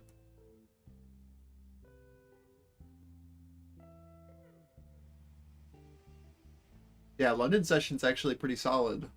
so it's not bad. I used to trade mostly London session, actually.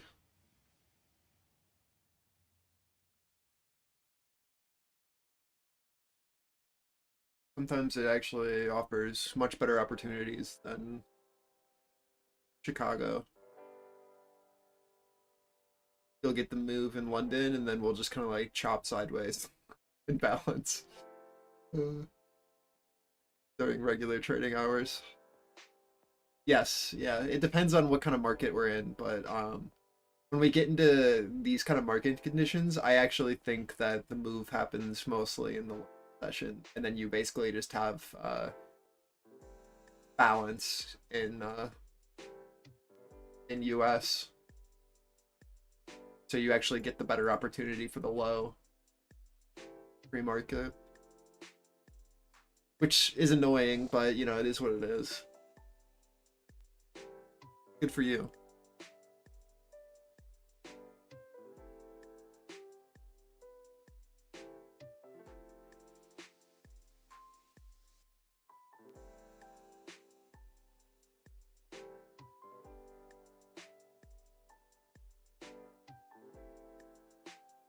Yeah, yeah.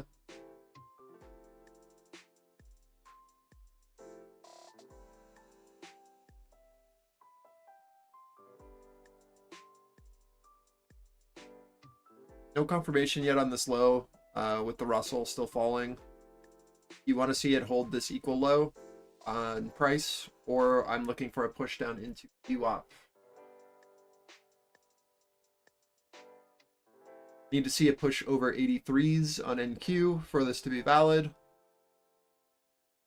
Or I'm still expecting a another leg down on NQ. Basically just holding 0 tick without a test into our negative 500 area.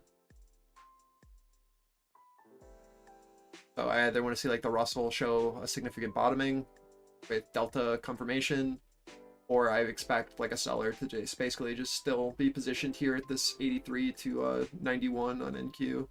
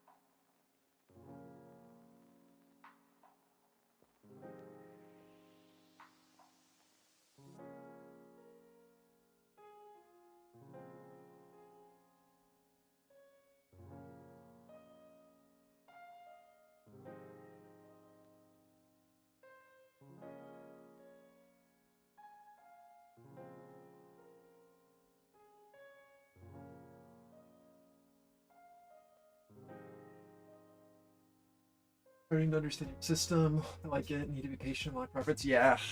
I think that it just offers a bit more confirmation, and you're just like, it's not about catching every rotation. It's just like understanding when you have the most favorable odds.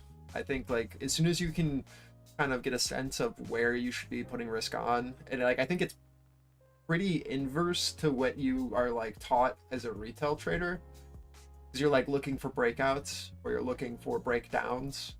Whereas like we're putting risk on where like those breakdowns or breakouts would be taking place. Like we're almost inversing retail, which is a little awkward at first until you understand why.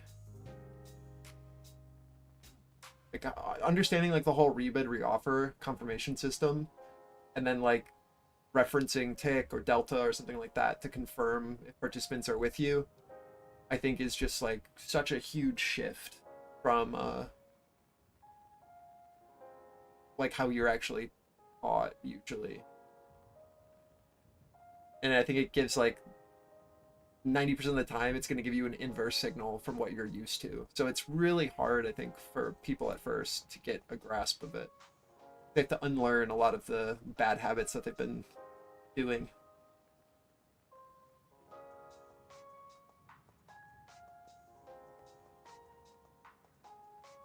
I don't know if that makes sense, but it's kind of, for me, that's what I had to do, you know? It's like you have to unlearn a lot of the garbage that's being taught.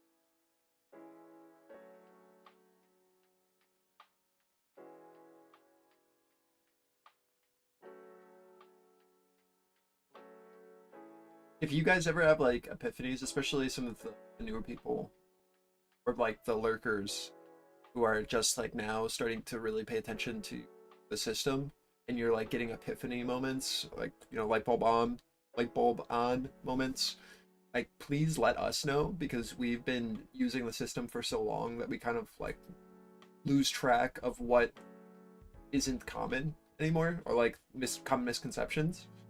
And so it's really helpful to know like those moments where you're like, oh shit, like this clicked and now I'm like profitable, or like it helped me get funded. Like those are the things that I really want to know, so that we can then focus in on them and make content around them. So if you guys like have any of those kind of moments, like I love then focusing in on a class on that for others. It's been quite some time that we've been using the, we kind of lose track.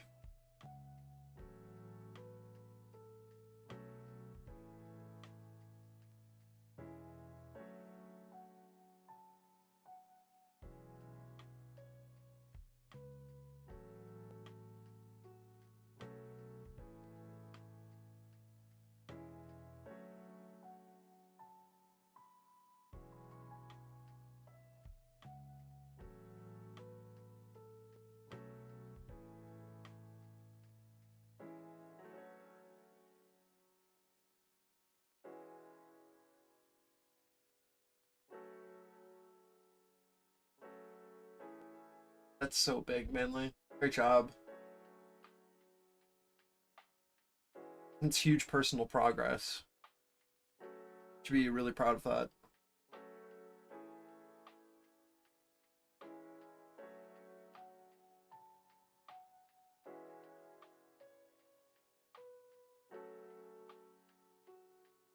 No, it's just consistency, right?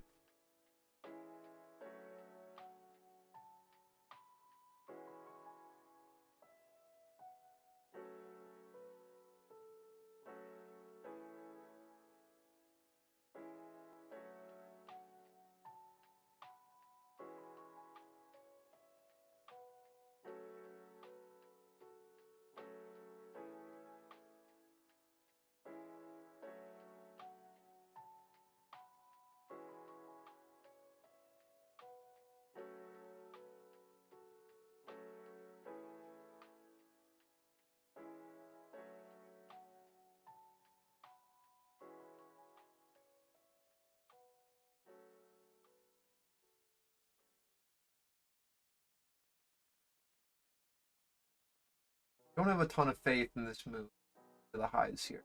I expect the seller to try to push down. We'll see though. Watch this 96 on NQ. I need to see that become supportive for me to have any faith in this, where I expect this to kind of just where our seller tries to push price down again.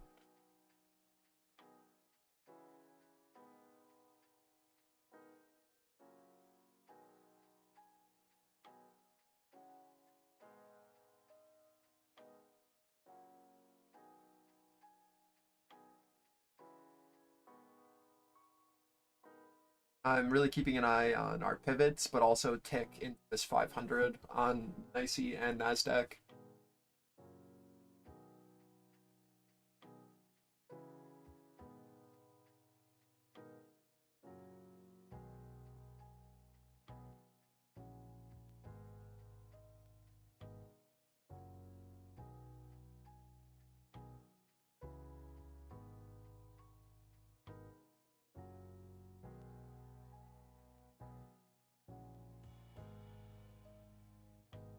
Yeah, 1K a day is huge, man.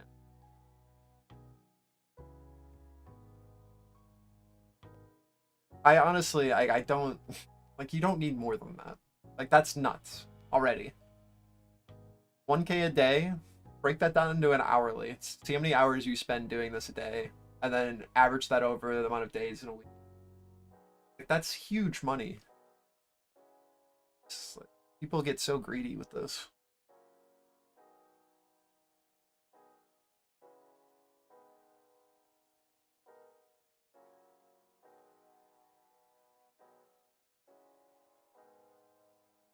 So, according to the State Yeah. Pipeline What? Authority in North Dakota, oil We're output clicking a button. estimated to be down 250 to 300,000 barrels per day due to the cold weather today. The gas output down 0.65 to 0.8 billion cubic feet a day. So, North Dakota has been experiencing some output disruptions due to the cold weather over the last week or so. It does appear that this is abating slightly, but there is still a hit being taken. 1K a day, 200K a year, clicking a button, buying an edge of a volume node. Okay. Like, what? The people that went to school for 12 years to make that money.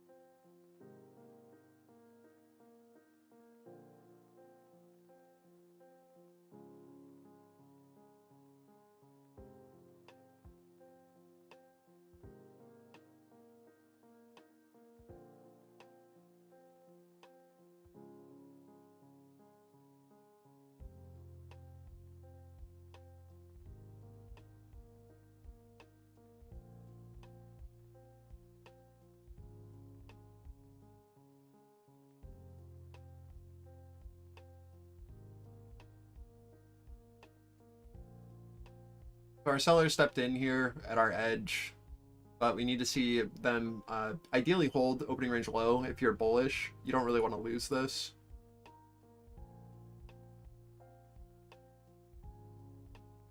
It's just, I don't see it. I'd really need to see that 96 become supportive, to be honest. You're in at like 62s, like the Globex low. Awesome. I think it's fine to leave runners, but I just think that the seller's positioned here until proven otherwise. Just doesn't make sense to try to go for a long unless we see a pullback and then an immediate buy off of this opening range low on NQ. And then you're looking for 96s to become our bid on a push above and hold.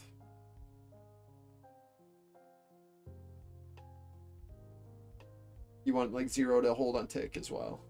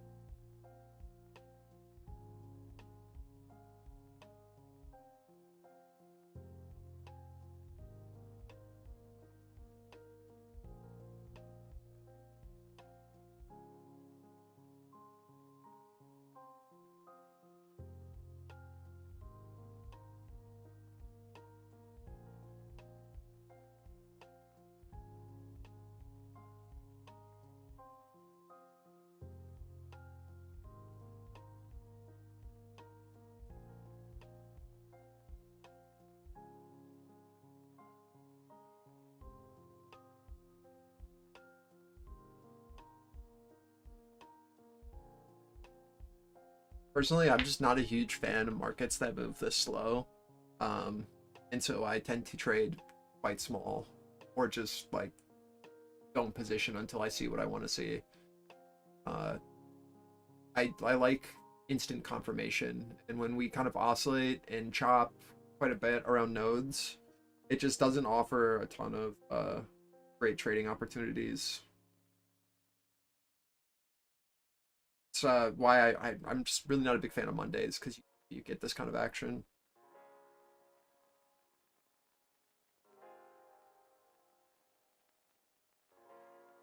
And there's just no reason to like blow up an account on a Monday when you have the rest of the week opportunity, right? Get a feel, trade only your edges that have some like actual contextual value. And like if you don't see anything in between, just don't take the trade until we come back down or we go back up to the area that you care about. Like you just have to be a lot more patient on these slower days so that you don't get caught up in a position where you're just like basically break even or like at the wrong edge of an oscillation, and now you're just like waiting for price to come back up. It's just never, it never feels good, and it does so much emotional, like the mental damage and emotional damage being in a trade where you're basically in at the wrong edge. So like you shorted the low or you longed the high, and then we oscillate back up to it and you don't risk off into that area. Like there's nothing that will hurt you, your mental, more than that, being in a position like that on the wrong side. And so like it's better to just risk off into that kind of area and just take the L, right, for as little as possible, like drawdown, and then just reevaluate once you have a clear picture of what the market's doing.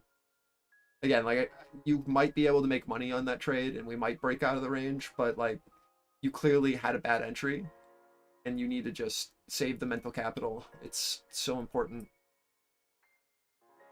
There will always be a better opportunity. So if I'm like speaking directly to you right now, just like keep that in mind. Like it's just not worth the mental anguish on a Monday when you have the rest of the week to work with. That will be better.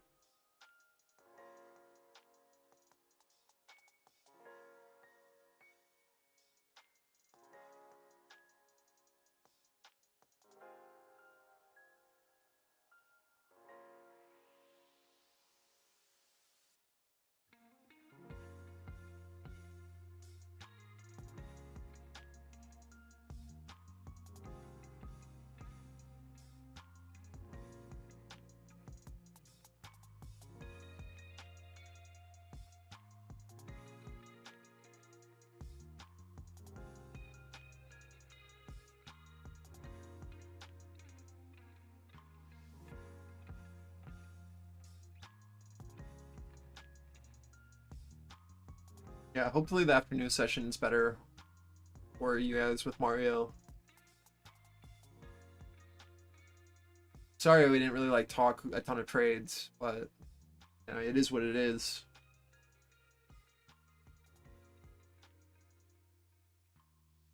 We found a couple edges, right? There are a couple opportunities, but like nothing great.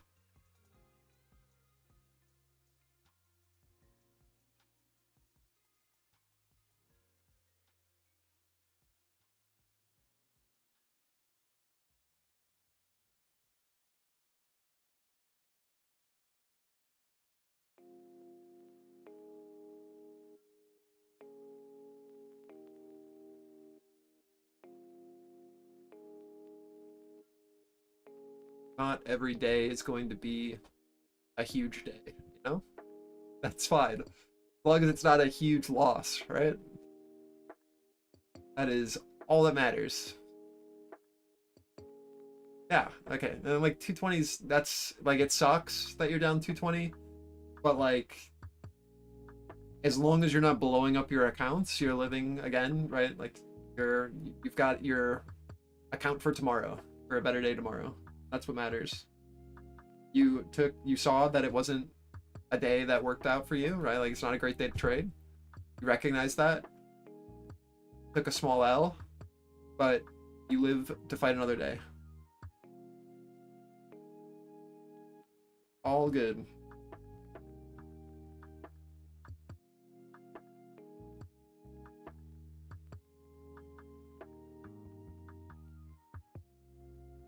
Being able to like see that you're just not with it is one of probably the best traits you can have as a trader, I think. It's like, oh, okay, I like clearly don't have an edge today. And it's like, okay, well, if that's the case, that doesn't mean I should trade more until I find it. It's like, oh, I should step away because I clearly don't, this market isn't doing what I thought it would, and it's not moving at the pace that I want it to. Like, okay, let's just come back another day. When those things are in my favor. Yeah, there should be class today. You can ask Mario, though, when he gets on. Yeah, just move on with your day is such a great mindset. Especially because we know, like, there's a trade every day. Some days there's more opportunities than others, but, like, you're never going to be, like, missing out. There's always another opportunity.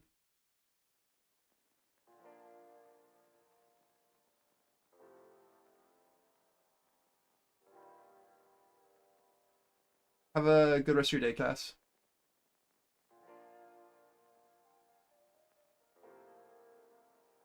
$96 seller on NQ, still very clearly there. Gotta look below our opening range low, and then that held as our offer for a pushback down to our 82. If this buyer leaves at this 82 on NQ, just be aware that we'll be looking for that push down into Globex low, I think, at like 64, 62 area on NQ. So you really want this blue box that I have drawn to continue to maintain. Or we'll be looking for a push down to this Globex low.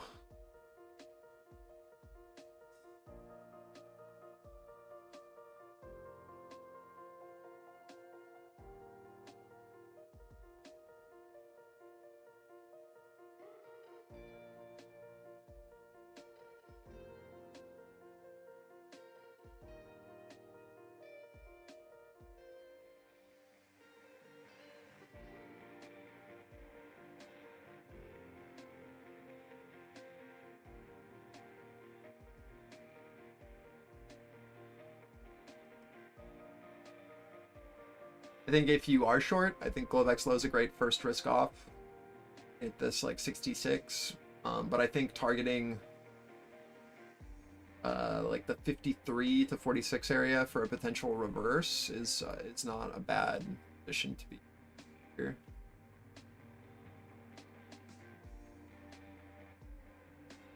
Targeting this low. We'll see what happens. But something that I'm keeping an eye on, especially with the Russell.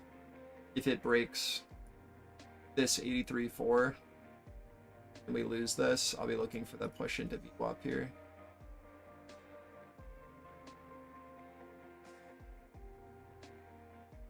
Until then, you're just kind of like at the bottom of your oscillations on the Russell and on ES.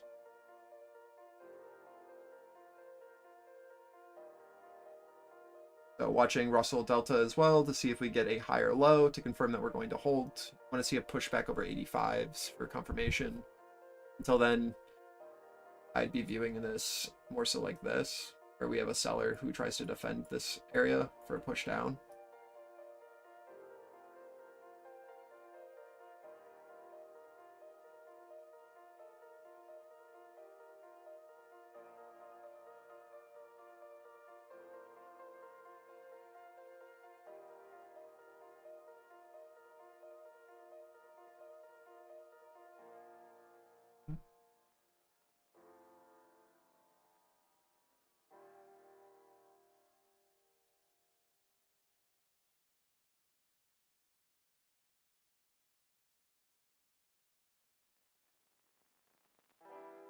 Oh, that's rough sauce. It's kind of a classic, but that is rough.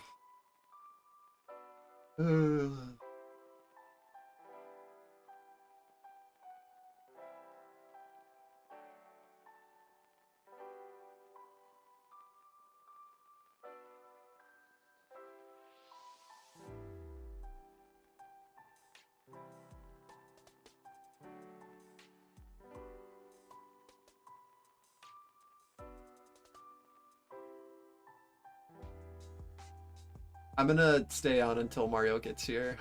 It's because we can see a potential break. I don't want you guys to be alone and for that until Mario gets here. But then I'm out. I can't do the full session days. We might be able to do it on Fridays if like things look good, but just not worth on a Monday.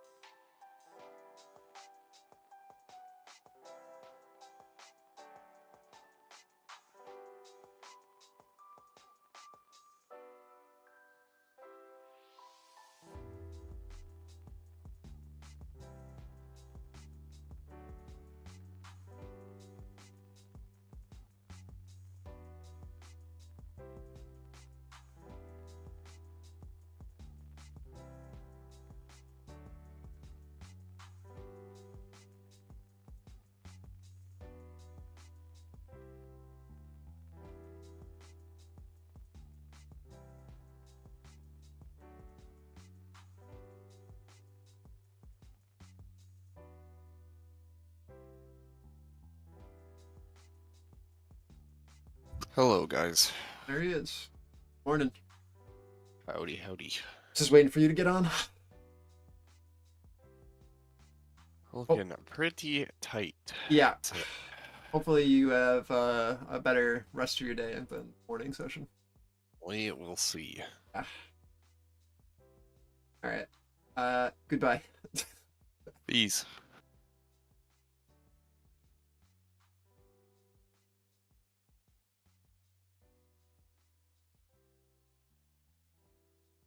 That's it for me for today's stream. Sorry if it wasn't very eventful for today. I will be back on for the free stream on Wednesday. I will be on for the members stream tomorrow. 9:30 to 12:30, of course. But hopefully you guys at least went break even today. You've got Mario in Discord for the rest of the day. If you could leave a like on the video, that'd be really appreciated. I will talk to you guys later.